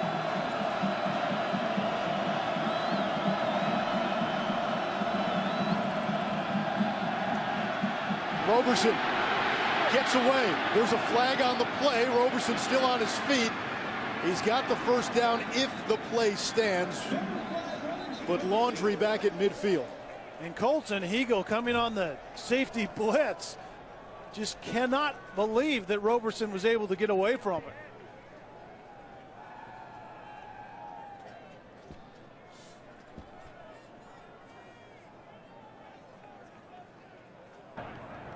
Personal foul. Chop block. Offense, number 25. 15-yard penalty. Replay 2nd down. Remember what a cut block is right there. Stop it, guys.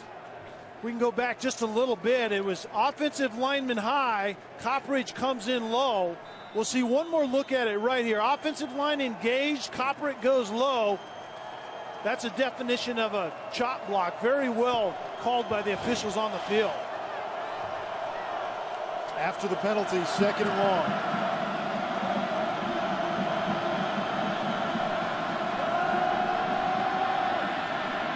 Roberson over the middle to Lachine Neblett.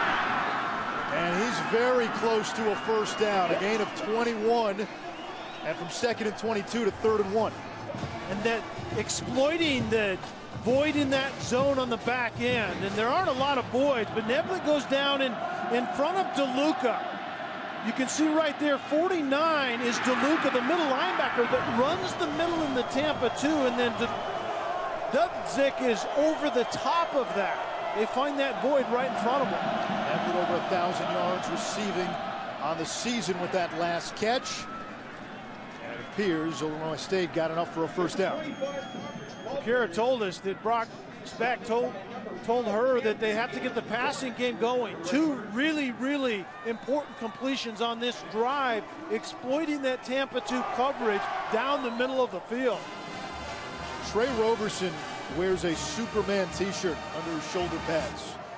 Might be time to bring out the cape, go into the phone booth.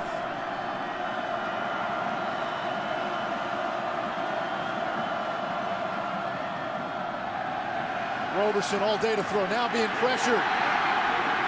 And he spun down. He only lost a yard, though. It's Greg Menard, one of the backup defensive linemen, with the sack. And Menard was actually in for Kyle Emanuel, but he gets the same kind of pressure. Good coverage on the back end led to Menard being able to get home right there. He eventually gets by a very good left tackle in Lidke, number 59, and finishes at the quarterback. That's one of the strengths of the Bison defense, depth on the D-line. You don't see it a lot at this level. Yeah, that's a good point. They keep rotating them through there, about 7 or 8 deep. Roberson again with time. Again, nobody open. Little John giving chase, and Roberson throws it downfield. It's caught by O'Shaughnessy, and he takes it all the way for an Illinois State touchdown. Hang on a second. Hang on a second. There is a flag at the 35. Pass complete to number 80, O'Shaughnessy.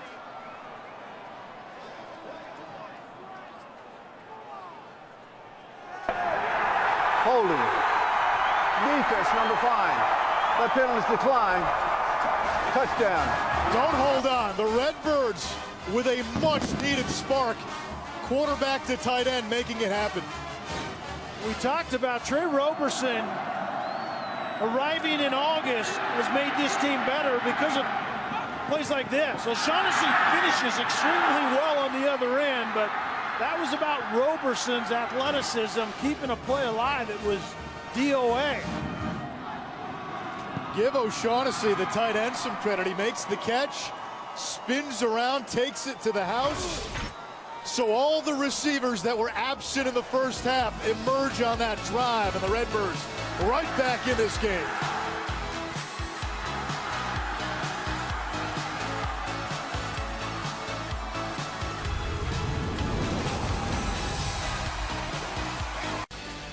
It's the NCAA FCS Football Championship presented by Northwestern Mutual. Oh, it's a game again. 20-14, North Dakota State leading Illinois State. And Ishraf, Kelly, Stauffer, Caracapuano down on the field. The FCS championship between two schools from the Missouri Valley Football Conference, and James O'Shaughnessy with a 41-yard touchdown. It was creativity by the quarterback and great effort by the tight end, getting the Redbirds back into this contest. And we talked about Roberson keeping plays alive, number 5 right there, and O'Shaughnessy says, you know what, big guy, just throw it up to me once in a while, and we'll all be fine. But the passing game is alive and well in this second half for Illinois State. Don't sleep on an onside kick right here. I don't know that Illinois State will seize the moment, but a lot of times when the other team is reeling after a big play, you see stuff in special teams. Eric Perkins from the 5. And Perkins finally subdued at the 32-yard line. Well, the usual suspects who were unusually absent in the first half reappeared on that last drive. Those suspects booted the ball in the first half, putting it on the ground, but we saw Meredith, and there we see Neplett, and here we're going to see the big tight end. O'Shaughnessy, a difficult catch to make, to say the least, but North Dakota State didn't even know that there was a tackle there to be made, and O'Shaughnessy spins the big body out of it and gets in the end zone. Neplett and Meredith had big catches to move the chains. O'Shaughnessy the touchdown. All 3 were without a reception in the first half, and those 3 are Illinois State's top receivers. The fullback Andrew Bonnet barges up to the 34-yard line for a gain of 3. And meanwhile, North Dakota State is just going to be true to who they are. The one thing that we've learned about this group of players, Anish, is they're really comfortable with what they're being asked to do. They're confident in their system, and their system right now is about a physical run game, lull the coverage of Illinois State into losing discipline with their eyes, and try to get vertical over the top. Final 90 seconds of this third quarter.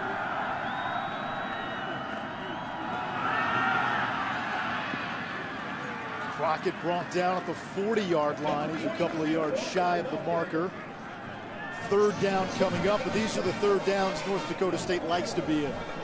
3rd and 2. You know, you have a successful run on first down that funnels to second and manageable, that funnels to third in a high probability that this team can convert, which they've done all year, converting it over 50%. This is the reason why right here.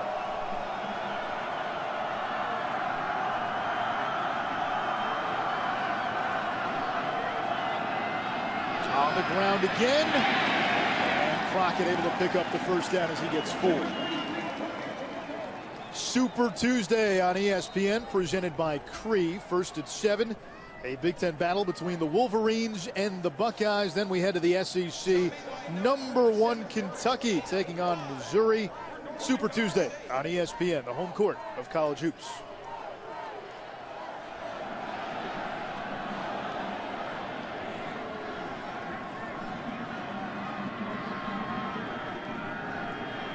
This should be the final play of the third quarter. Wentz to the air on first down. Open receiver. It's Gebhardt.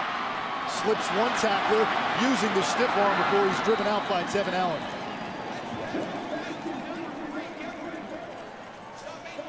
We talked about North Dakota State being a lot of double tight fullback, and now they put one tight end in, 3 wideouts, and just run Gebhardt out. And after a vertical has softened the coverage outside, Gebhardt breaks in behind that vertical route and finds that void in the zone.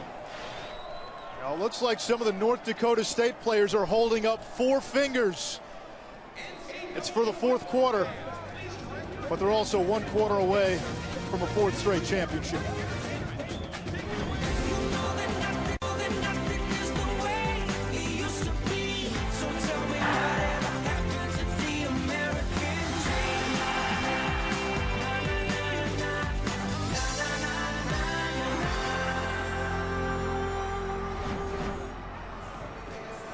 That's what's on the line. 15 minutes left in regulation. 3-time defending champion North Dakota State. Well, they've got 3 of those in their trophy case just from the last 3 years. The 4 fingers, that's for the fourth quarter. We can take it one step further. We know what's being played for here. Wouldn't that be something? 4 in a row, but Illinois State is game.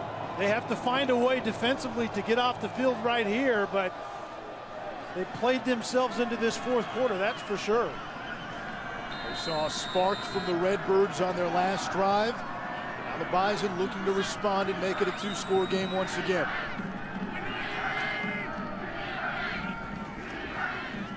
Play action, Wentz rolling to his left. In trouble, tries to shovel it off. And it's ruled incomplete. 2nd and 10. Pat Meehan applying the pressure.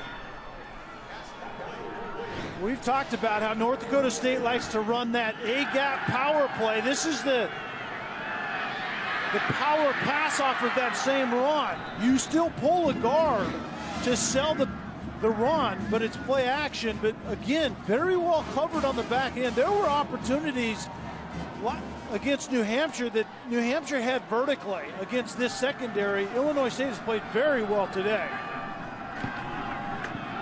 Crockett takes the handoff across the 30 and pushes forward to the 25-yard line. A gain of 13 and a first down for the Bison. We saw the power pass. This time you're going to get the back leading up inside, and then a guard is just going to step around right there. And this is actually out of the ace formation, no fullback, but you still get the puller. The guard coming from the right side pulls around and leads to the left. Crockett is disciplined, gets up in the A-gap, double tight ends, and it worked very well right there. 15 carries, 58 yards for Jon Crockett. They feed him again. He's to the 22-yard line. Go back to the semifinal game against Sam Houston State. In the defining drive of that game for the Bison, they gave it to Crockett about 10 times or something, 8 times on one drive, and they ran the same play about 6 times in a row. 6 times in a row, and I think 8 out of 9 plays were that play, and that's what we see, the A-gap power, and they can get to it in different ways. Single back in this case with tight ends in the game, but sometimes it's with the fullback as well.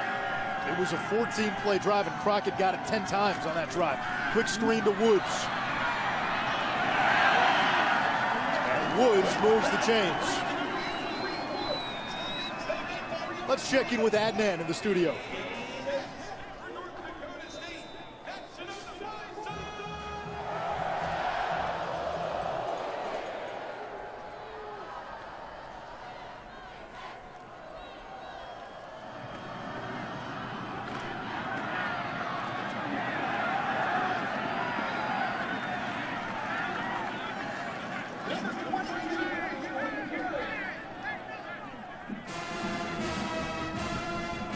I shaved this morning, so no chance of that. King Frazier just picked up about 6. 2nd down and 4. North Dakota State driving. And they've possessed the ball for almost 29 minutes in this game.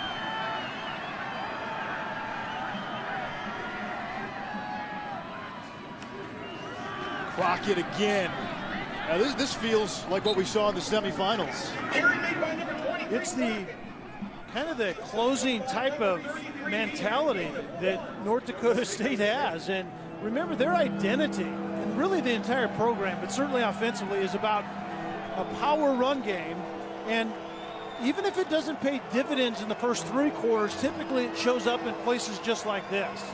It's a big test right now for Illinois State, which is not as deep up front as North Dakota State. Chase Morlock in the backfield, 3rd and 3. 11th play of the drive. And the give is to Morlock. And he's turned back by the Redbirds. Big hold there by Illinois State. Number 25, Morlock with the carry. I certainly think it's going to be a field goal attempt to try to go up by 9. We see the field goal unit coming on now. Certainly the right decision, but at 3rd and 3, that was a great play right there for Illinois State defensively. Adam Keller has hit from 41 twice today. This is from 24. With his 2 field goals in this game, he's the FCS single season leader for field goals. And the 24-yarder is good. The lead balloons to 9, 23-14. Illinois State is by no means out of this. Still plenty of time left in Frisco.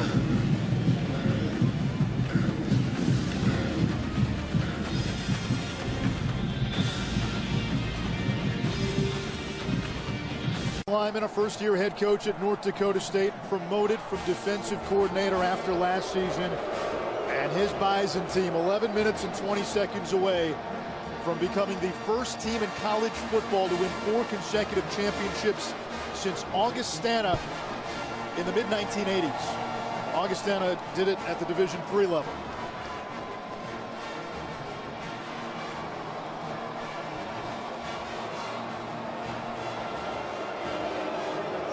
Illinois State set to receive, down by 9. Still plenty of time for the Redbirds.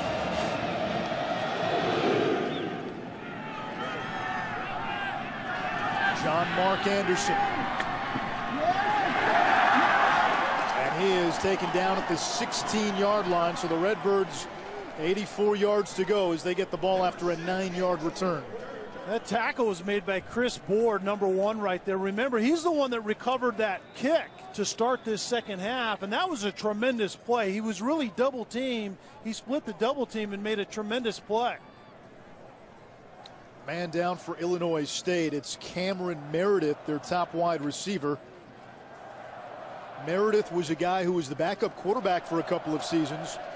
Moved over to wide receiver prior to the start of the 2013 season. And head coach Brock Spack has said Cam didn't think he was a wide receiver for a while. We had to talk him into it, and he's become their go-to guy this year.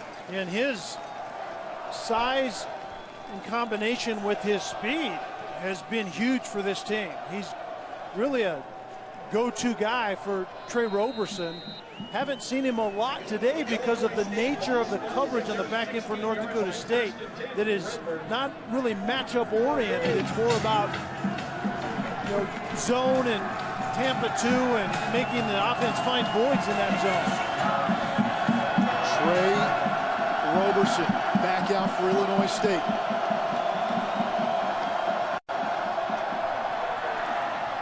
It's Anderson at the 20, and Anderson gets to the 23-yard line, tackled by Littlejohn, a gain of 7. Roberson struggled in the passing game in the first half. That last drive was when it started to come together. And in the way that it's designed to come, you know, they run the football effectively and then play action pass, and then you get those bonus plays when Roberson gets outside the pocket and makes something good happen as well.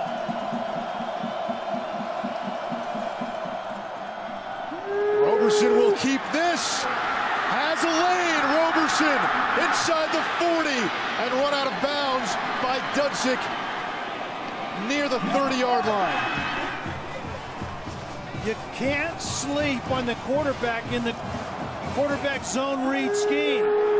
North Dakota State loses the edge as Mike Hardy actually stepped down inside, and Roberson reads it well, pulls it, and gashes North Dakota State defensively.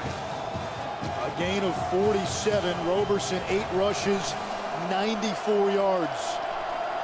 Pistol look on 1st and 10. Over the middle, nearly intercepted by Thornton. There is a flag.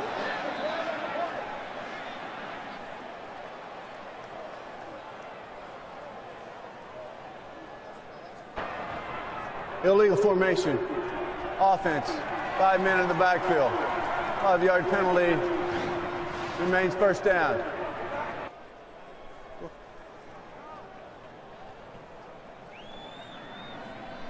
Yeah, basically the rule is that someone that should have been on the line of scrimmage was off the line of scrimmage, most likely the tight end in that particular play. Big missed opportunity by Thornton, hitting right in the gizzard.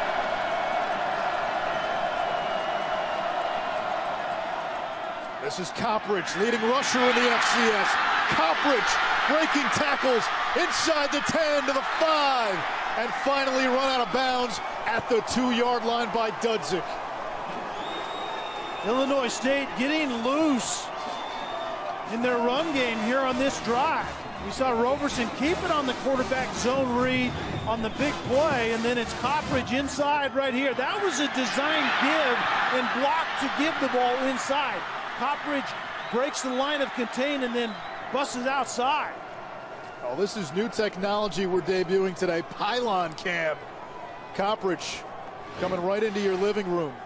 And with that last run, 100+ yards today. So he's now gone over 100 yards in 14 of his team's 15 games. Only New Hampshire in the semifinals held Coppridge under the century mark. And what that pylon cam showed is that Coppridge's knee was down before the ball is extended right there. The knee is down before he extends the ball. That's why this ball ends up at the 2-yard line. That's a pretty view of it, though, isn't it? That's what it looks like. Cameras hitting that pylon, and we get all kinds of terrific views in that end zone, up and down the lines. On 1st and goal, here's Coppridge. And he's tackled by Emmanuel for a loss.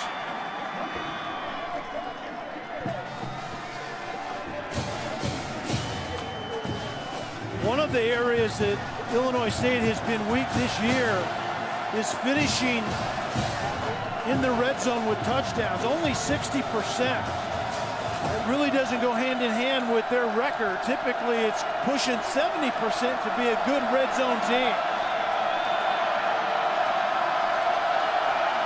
Meredith in the slot, Coppridge in the backfield. Quarterback draw. Roberson will try to keep it, and he gets to the 3-yard line. 3rd down and goal. Is this 4-down territory for Brock Spack? No, I don't really think it needs to be.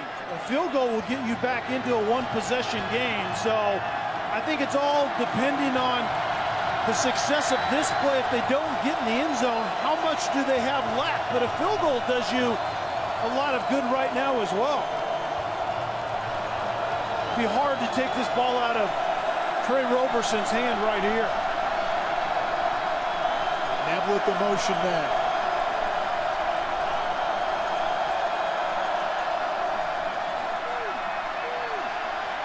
Roberson throwing into the end zone. And it's caught for a touchdown. O'Shaughnessy with his second touchdown of the game.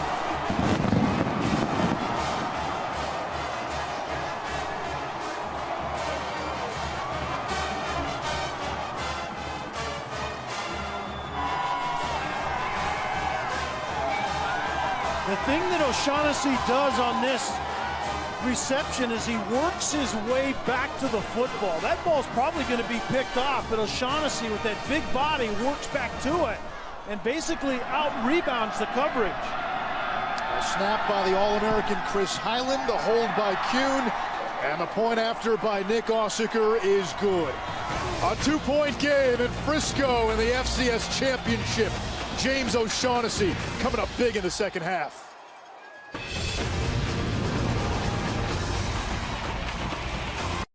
The MegaCast returns to ESPN for the College Football Playoff National Championship. It'll feature more than 12 different ways to follow the game across ESPN platforms. Film Room on ESPN2, ESPN Voices on ESPNU. That'll feature a cross-section of on-air personalities from outside the college football world. And, of course, you're covered on ESPN3 and the Watch ESPN app. Oregon, Ohio State, Monday, about 40 miles from here in Arlington. How about the play that O'Shaughnessy made? That was a tremendous job of working back to the football is what really made this play. Roberson knows it's going to be a tight window, and he throws the fastball in there. But watch right here. Come downhill and work back to the ball, or that ball may have been picked off by Andrew Smith, number 28. A good job of O'Shaughnessy recognizing what's needed. Roberson trusted the big guy, and the big guy came through. A little windy down on the field, not as windy as it was yesterday in Frisco. And right now, Illinois State, the play they regret was the first one of the third quarter, the opening kickoff of the second half. Muffed by the Redbirds, North Dakota State recovered and kicked a field goal. And you look at the margin, it's 2. There's 3 points right there. Eric Perkins dances across the 30, takes it out to the 35-yard line. A 31-yard return will step aside. Less than 8 minutes to go in regulation in the FCS championship game. NCAA FCS Football Championship is presented by Northwestern Mutual, proud official partner of the College Football Playoff National Championship game.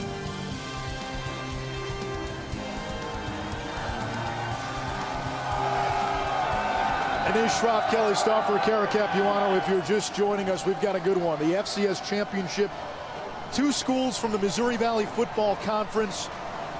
The Redbirds of Illinois State from Normal, Illinois, jumped out to a 7-3 lead. North Dakota State at one point had a 2-score lead at 20-7. It's now 23-21. The Bison with the football. They're less than 8 minutes away from a 4th consecutive FCS championship. Give is to John Crockett on first down, and Crockett doesn't get much. He got maybe a yard, and it'll bring up 2nd down and 9, tackled by Pat Meehan. Well, this certainly is closing time for North Dakota State. You know, their MO is to run the football anyway in a powerful type of presentation, and this is all about closing time. A couple tight ends in the game. Single back in this particular case and just run the clock, move the chains, close it out.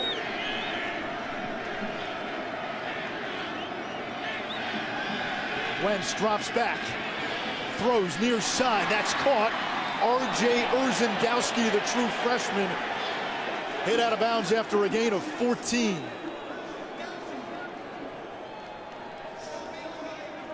Time of possession, certainly North Dakota State, that's one of the building blocks for their entire program, is for their offense to possess it They're winning that time of possession, but Illinois State hasn't gone anywhere. Big plays offensively for Illinois State has kept them in the game. Redbirds crowd the line, expecting run.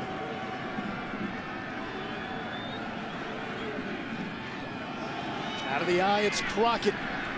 Taken down by Meehan after a gain of 3, 2nd down and 7. Kelly, with North Dakota State, we've seen this in the past. Here they're going to try to bleed the clock, play slow, grind out first downs. If they have it their way, Illinois State won't get the ball back. That's exactly what North Dakota State has in mind. We saw the A-gap power on that last play once again. Fullback leads, guard pulls, Crockett runs up the middle. Look for Wentz to get out on the edge sometime on this drive, sooner rather than later. Illinois State changes up on defense. Wentz is going to keep it straight up the middle. 3rd down and short. If you're the Redbirds, what you bank on with your defense, a couple of times we've seen it. They've gotten big stops, even after the muffed kickoff that North Dakota State recovered. Illinois State able to hold the Bison to 3. Last time when the Bison were driving, the Redbirds were able to hold them to 3. The defense has not broken so far this afternoon.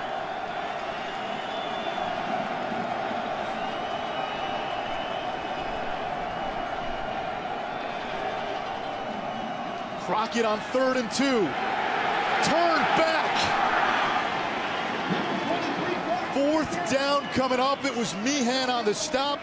And if you're Chris Kleiman, do you go for it? It looks like they're going to dial up. Most likely quarterback sneak right here on 4th and short. Winning 3 national championships in a row is not without risk, and Chris Kleiman is putting it all on the line right here.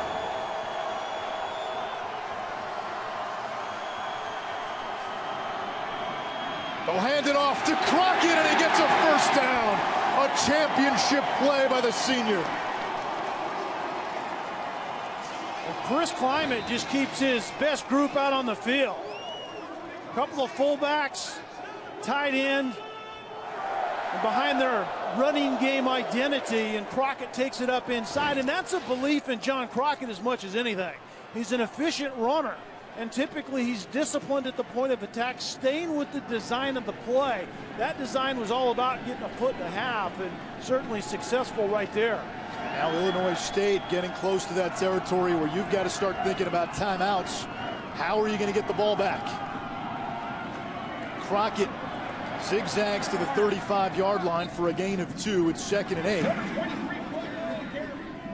8. As we get close to 4 minutes, you would think that Illinois State probably after this play calls a timeout, hoping that they're getting North Dakota State to a 3rd down. And I would be really surprised if quarterback Carson Wentz doesn't keep one of these here soon.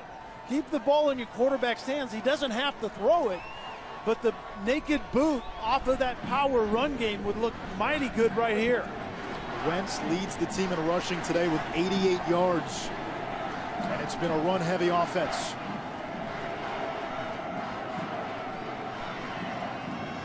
Wentz will keep it. You called it, Kelly. He stumbles and is gobbled up by Corwin for a short loss, and now 3rd and long coming up for the Bison. That was a designed quarterback run, but I didn't really like the choice. I'd rather present power, which you've been doing on this drive, and boot your quarterback outside. That time it was getting the motion across the face of that defense and then trying to get the quarterback up inside. I think now you're forced to throw the football because of that negative play. They've got John Crockett, the running back, lined up in the slot. Wentz has time. Nobody open. And Wentz goes down. Sacked by Colin Keoshin, who was a running back last year and has made great strides on the interior of that defensive line. And incredible coverage on the back end for Illinois State as they burn a timeout right here, I believe. But tell me if you can see an open receiver anywhere deep. Great job of pattern and route reading. Nobody open whatsoever. Plenty of time to throw the football initially. Nobody open down the field. 4 sacks for Illinois State. The Bison had given up just 16 all season entering the game. It's going to be a great finish in Frisco.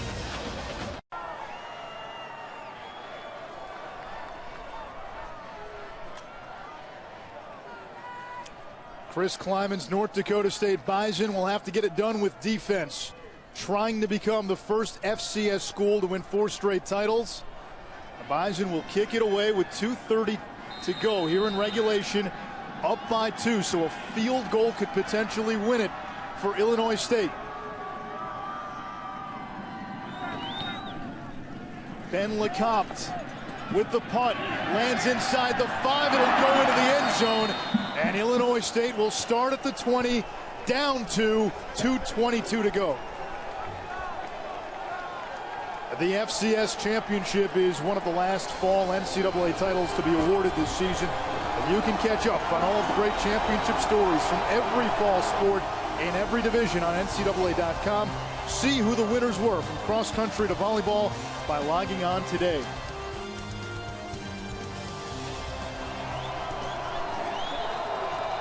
For Illinois State, this is a program-defining possession. And it's all about number 5 right here. Quarterback Trey Roberson made this team different. He needs to win this game right now. Roberson going long on first down, incomplete, intended for Meredith. An interesting play call to start this drive. Illinois State hasn't gotten vertical all day, so you basically shoot a bullet on first down. It gets you behind the sticks now right here. Illinois State going into the wind. The flag's on the far goalpost. Not really moving a ton, but you see the American flag at the top of the stadium, the wind blowing in. So if it came down to a field goal, the Redbirds would be kicking into the wind. Roberson across the middle. He's got John Mark Anderson wrapped up by Dudzik after a gain of a dozen. That moves the chains and momentarily stops the clock. And there are the flags, the wind blowing in, but look at the flags on the goalpost not moving as much, but still, you're going to be kicking into the wind.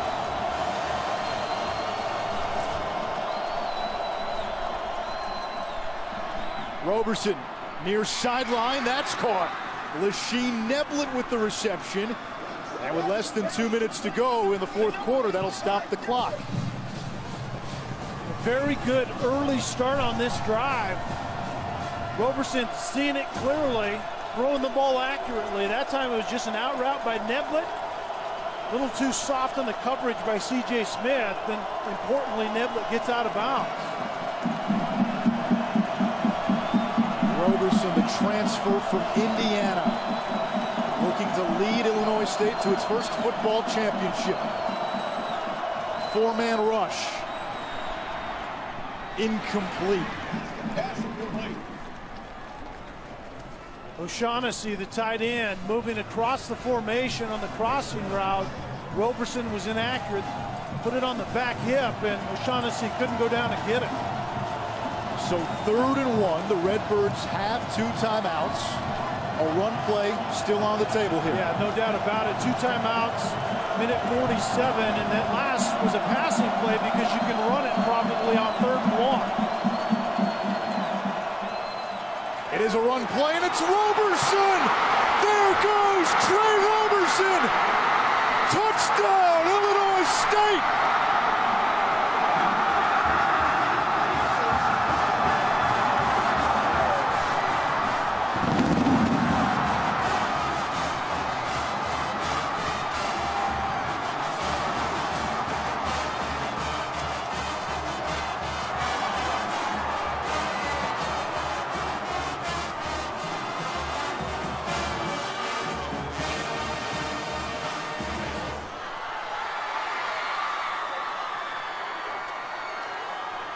A 58-yard touchdown run by Trey Roberson.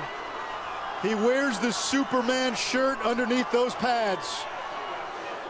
And we saw the man of steel show up here in the fourth quarter. He has been superb in the second half. And the Redbirds want a timeout as they were looking to set up for a 2-point conversion. Second touch. We talked about the core of what Illinois State wants to do offensively is a quarterback read game. What's going to happen is you're going to lose the edge right there. Roberson reads it well. Actually, I was to the wrong side. It was the soft edge to the right, but the same principle. The quarterback read scheme is the epicenter of what Illinois State wants to do. The soft edge outside, right there, Roberson keeps it and makes North Dakota State pay. And remember, when Roberson keeps the football, he turns into a really, really good running back. He isn't just looking to get a few yards, he's looking to get an explosive play. In this postseason, Roberson has accounted for 12 touchdowns, 0 interceptions. Brock Spack, the head coach for Illinois State, has said he thought his team was a year away. The forecast changed when Roberson accelerated the future plans by showing up from Bloomington in a DeLorean. 2-point conversion. That's broken up by Jordan Champion. Still for North Dakota State now. They've got 3 timeouts, 98 seconds to go, but they need a touchdown.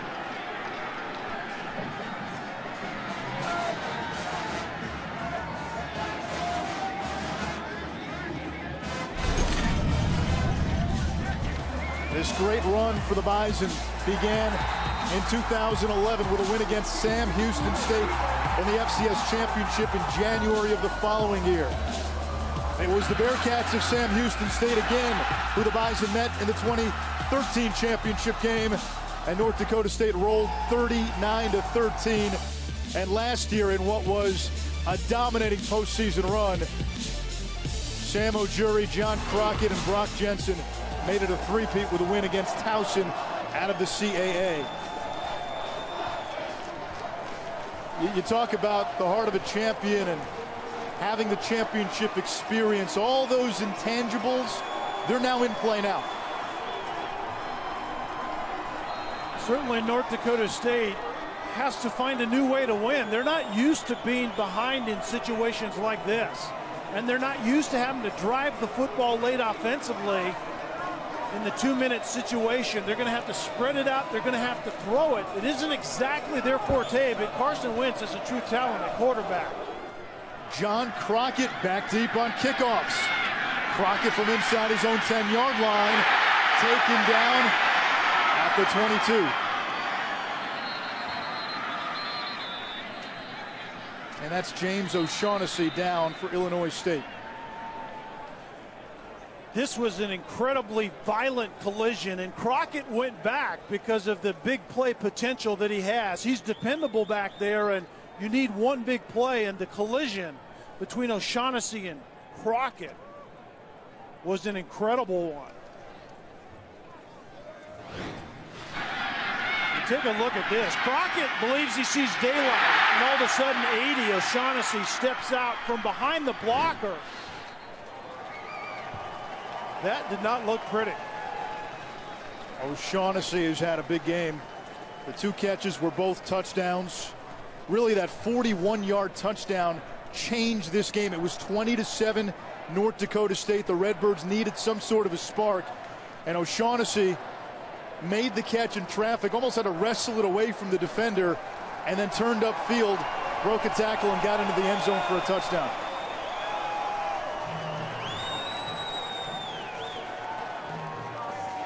After the game, you can watch the post-game trophy presentation on ESPN3. Kara Capuano will be down on the field with the winning coach and the winning team. But we still have a minute 35 to play in regulation.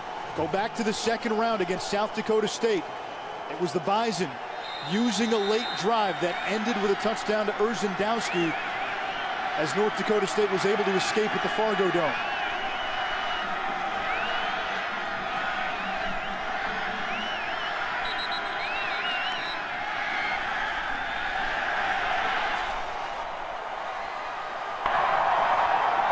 False start. Offense, number 85. 5-yard penalty. First down. It's on the tight end, Kevin Vodlin. So you back it up to the 17-yard line, 83 yards to go in 95 seconds. All 3 timeouts in play for the Bison.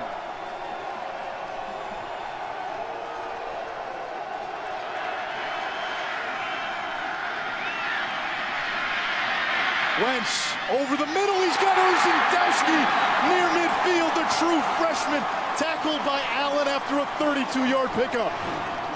Urzendowski really on a deep post route that turns into kind of an over route. Matched up on Tavon Allen, and a really good catch, but a tremendous throw by Carson Wentz. Low snap. Here's the blitzer. Urzendowski again gets the corner and driven out of bounds after a first down. It was Urzendowski, remember, who was the hero of that second-round win against South Dakota State. He had the game-winning grab in the last minute. Urzendowski is a true freshman, but his football IQ is off the charts. He flashed early in training camp and has been flashing ever since. And Illinois State playing one high safety, man-to-man underneath, and losing the battle currently.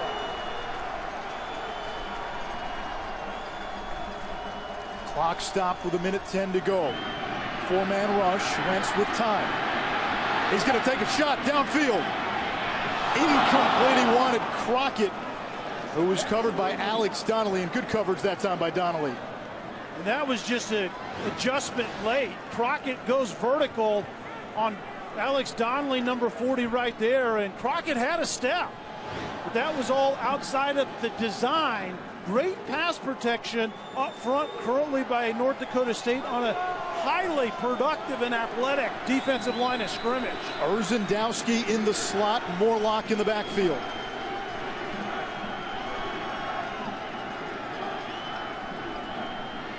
Wentz under pressure, has to get rid of it, throws it away, and it'll bring up 3rd down and 10, clearly 4-down territory. 57 seconds to go in regulation.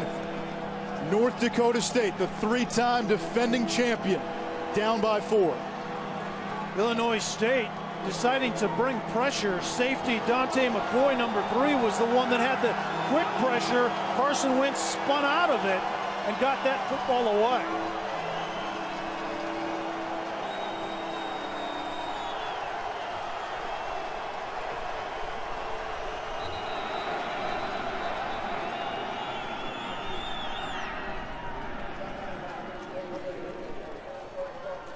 Chris Kleiman calls a timeout here on 3rd and 10. 2 left now for North Dakota State.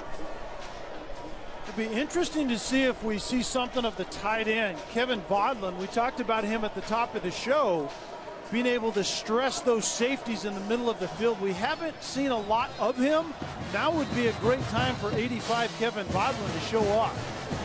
Only 1 catch for 18 yards for the 6th-year senior. Illinois State did not play North Dakota State this season, but they did in the previous 3 seasons, and the Bison won all 3 of those matchups. If the Redbirds can hold, it would be their 6th fourth-quarter comeback of the season and the first championship in football in school history. Empty look. And now Crockett comes back.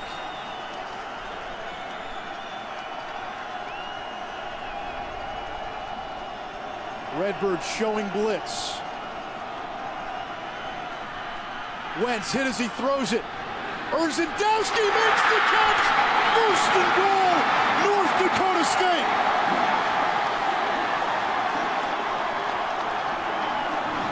Illinois State takes a huge chance. 0 blitz, man-to-man coverage on the back end, and Urzendowski sees the football, adjusts well. What a tremendous adjustment at the end, and North Dakota State is going to call another timeout right here. 3 catches on this drive for R.J. Urzendowski. He's a true freshman. This is a program that doesn't play a lot of true freshmen. You've got to be special, otherwise they're going to redshirt you. And think of Urzendowski flashed early in camp, and watch the adjustment on the end. Coming out of his slot, just running a vertical route from that inside slot position. He sees it, the defender doesn't, and that was glass on the coverage.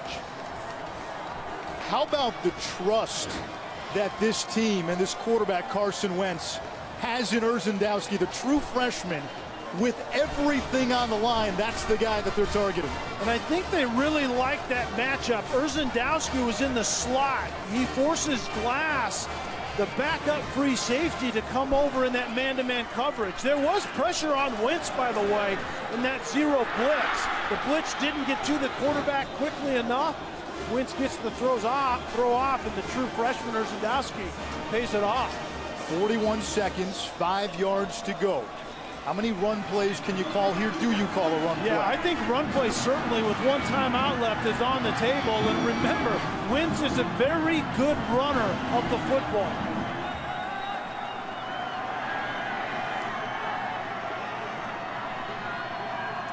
And Wentz is going to keep it. Wentz into the end zone! The Bison retake the lead!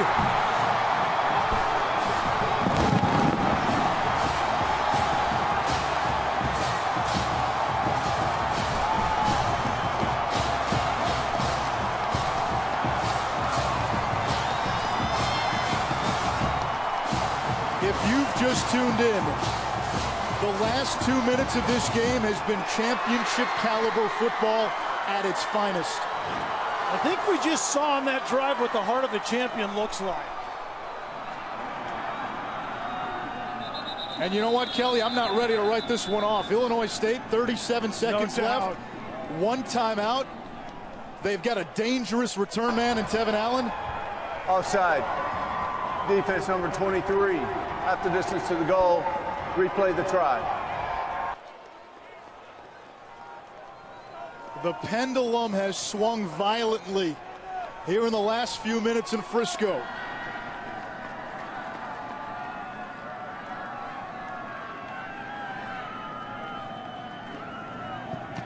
Keller's extra point is blocked.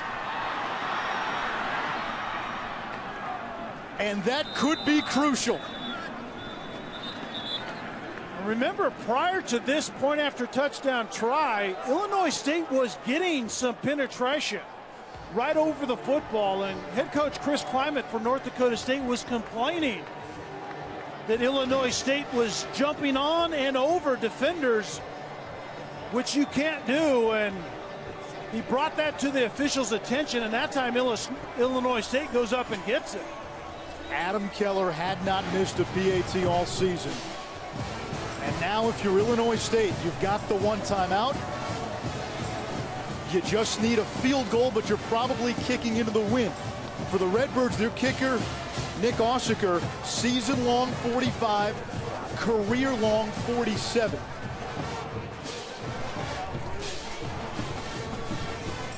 Following our game, Baylor TCU basketball. And don't forget, the post-game trophy presentation can be seen on ESPN3. 37 seconds left in what has been a terrific championship game. And remember, the kickoff man, Barnson, hasn't exactly been getting good kickoffs today either. So he desperately needs to get his foot into one of these, and particularly keep it away from Tevin Allen, number one. Allen averaging 30 yards a return, has a touchdown this season. He won't get a chance. It's John Mark Anderson. Anderson wrapped up at the 26-yard line. 33 seconds to go. And can Trey Roberson do it again? Remember, Roberson has some big play guys outside. We talked about Meredith at 6'3", 200 pounds, and his game is to go up and get the football. So a jump ball to number 19 will come in handy right now. And then Neblett is more of the vertical guy with the speed to get downfield. But O'Shaughnessy on that kickoff coverage, remember, he took the shot, and he's not even in the game right now, but he's been a very good receiver today. Freshman Michael Clements in at tight end.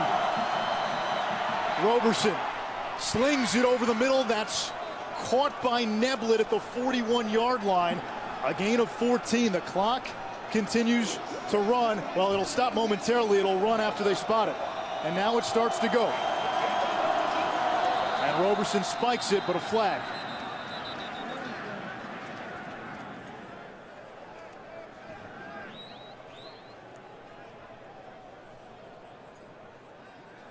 Okay.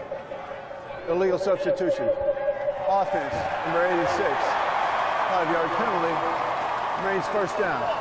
That's Clements, the freshman, and he's in because O'Shaughnessy got hurt. North Dakota State is going to stay in their too-high safety look. Tampa 2 coverage that is all about the design of that defense, and that coverage is to force throws in front of you and not give up big plays.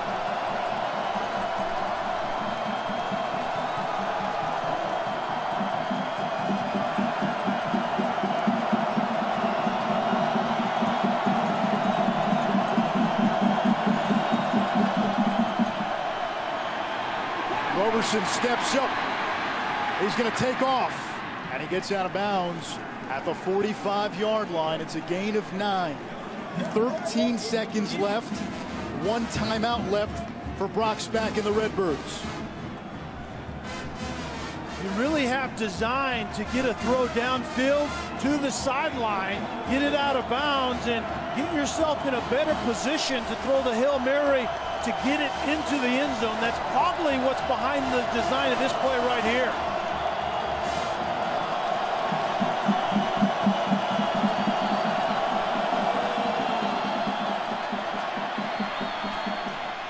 Over the middle in traffic.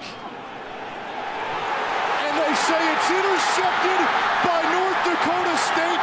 Esley Thornton took it away from Joe Farmer.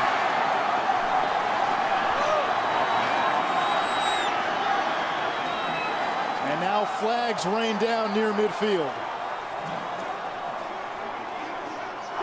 The ruling on the field, interception by North Dakota State. First down. And Farmer had the ball early, and Thornton apparently took it away late. It was very hard to see. This was going to be a first down. And that ball was loose early. It did not go to the ground, and Farmer gave it up to Thornton.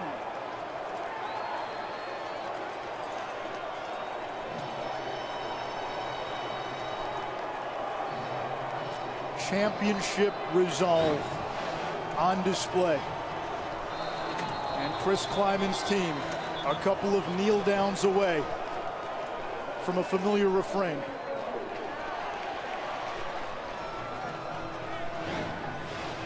And I think Brock Spack is hoping that this is going to be reviewed, and I'm not sure what is there. The ball was not possessed by Farmer when he went to the ground. And that's the key. Exactly, and the ball never touched the ground, and Thornton was there in an opportunistic way to take the football away. I think that's going to stand his call. Farmer had possession of that football, you could make the case very easily. He's down. Illinois State has the ball, but it appears he didn't really possess the football. Ball never touches the ground, and that's why North Dakota State is a couple kneel downs away from a 4th straight title. And there's no doubt the replay officials are taking a look at it and have taken a look at it already, but I think it was impeccably well called on the field to begin with, and the video evidence will just confirm that.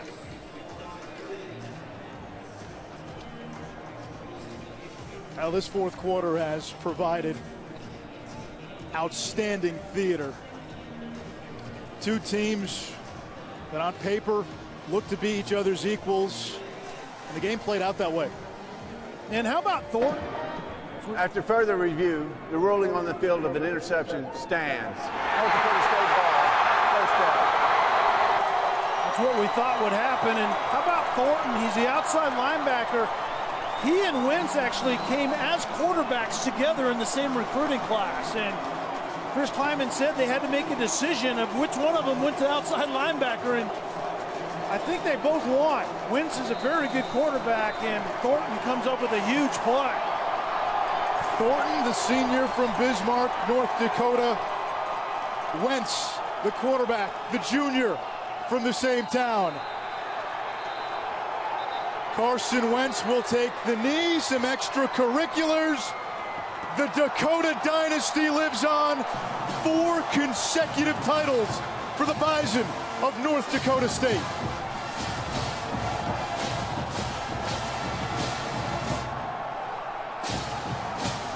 And flags have appeared on the field, and it's absolutely chaos, as you can see, but officials threw the flags. Chris Kleinman was trying to clear his guys off, but good luck with that now.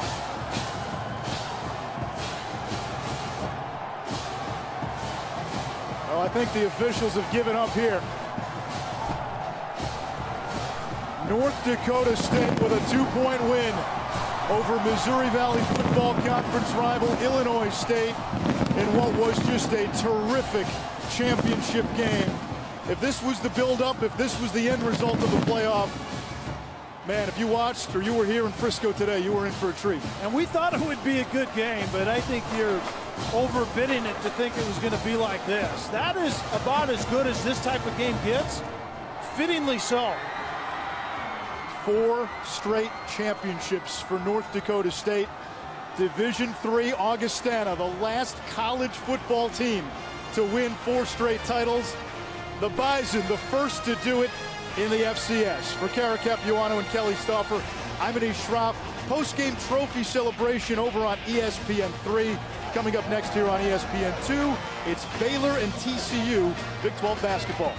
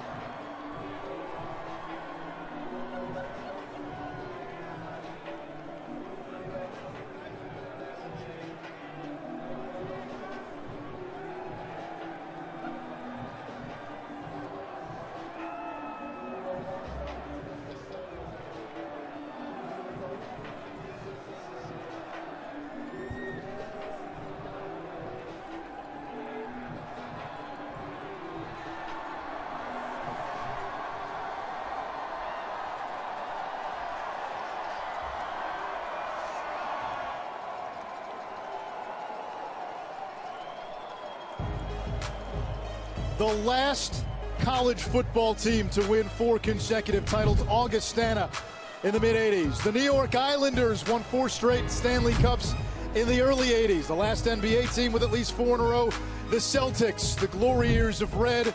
The last Major League Baseball team to do it, the Yankees, in the late 40s and the early 50s. And now, the Bison of North Dakota State, the first FCS school to win 4 consecutive FCS championships. Welcome to the ESPN3 post-game trophy presentation. The champions once again, the North Dakota State Bison, and somewhere in the sea of yellow and green, Cara Capuano. There is nowhere I would rather be right now than right here on this stage where this championship trophy is about to be presented. I'm joined by a lot of special people. Damani Leach, the Vice President of Championships and Alliances for the NCAA. Robert Hill, he is the Division I football chair. And of course, Dr. Mark Emmert, the president of the NCAA. And he is going to present this year's FCS championship trophy to North Dakota State head coach Chris Klieman.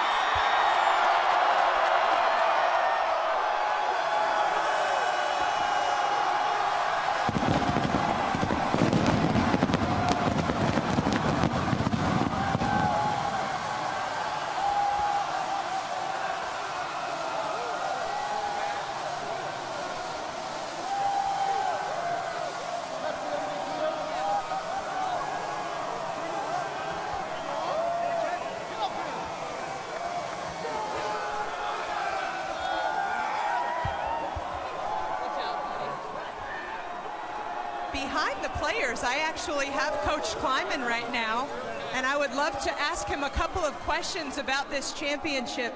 Coach Klieman, that game, the thrilling finish, what made the difference in the end?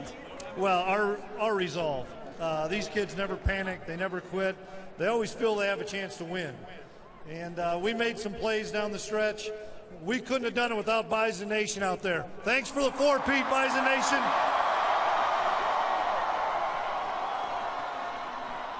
That leads me right into my next question. 4 straight national champions. I mean, that's just such an amazing achievement, but each year it's different. How are these title winners different this year?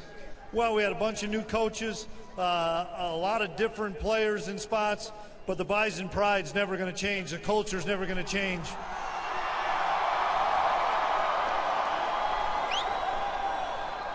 What will you remember most about this team? I'm going to remember the seniors for starters because they had a daunting task of trying to do this for the 4th time in a row, and they weren't going to be denied, and they brought the younger guys along. And Bison Nation, that's 4 in a row.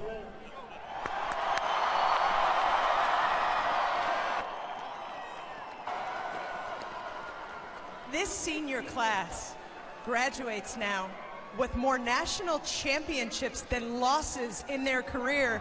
And they've all played over 60 games. How is that possible? That's remarkable. It shows you the type of players they are, the character they have, the resolve they have. They're never going to be denied. They're going to be successful in life, and they've made NDSU really proud. Thank you, Coach. Congratulations. Thanks, Kara. It's a crowded stage up here, Anish. I want to let these players have their moment.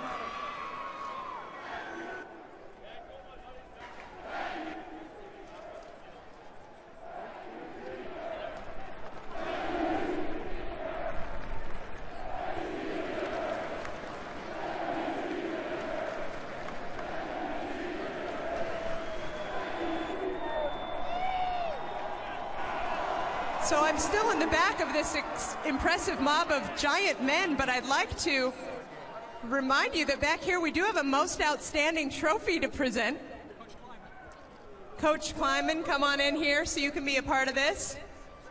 The most outstanding player for the 2015 Division I Football Championship, quarterback Carson Wentz.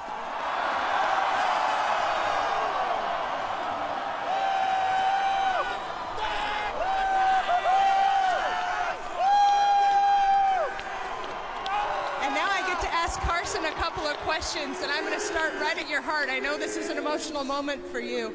all these championships, Carson, and you're the first quarterback to win one that's actually from the state of North Dakota. What does that mean to you?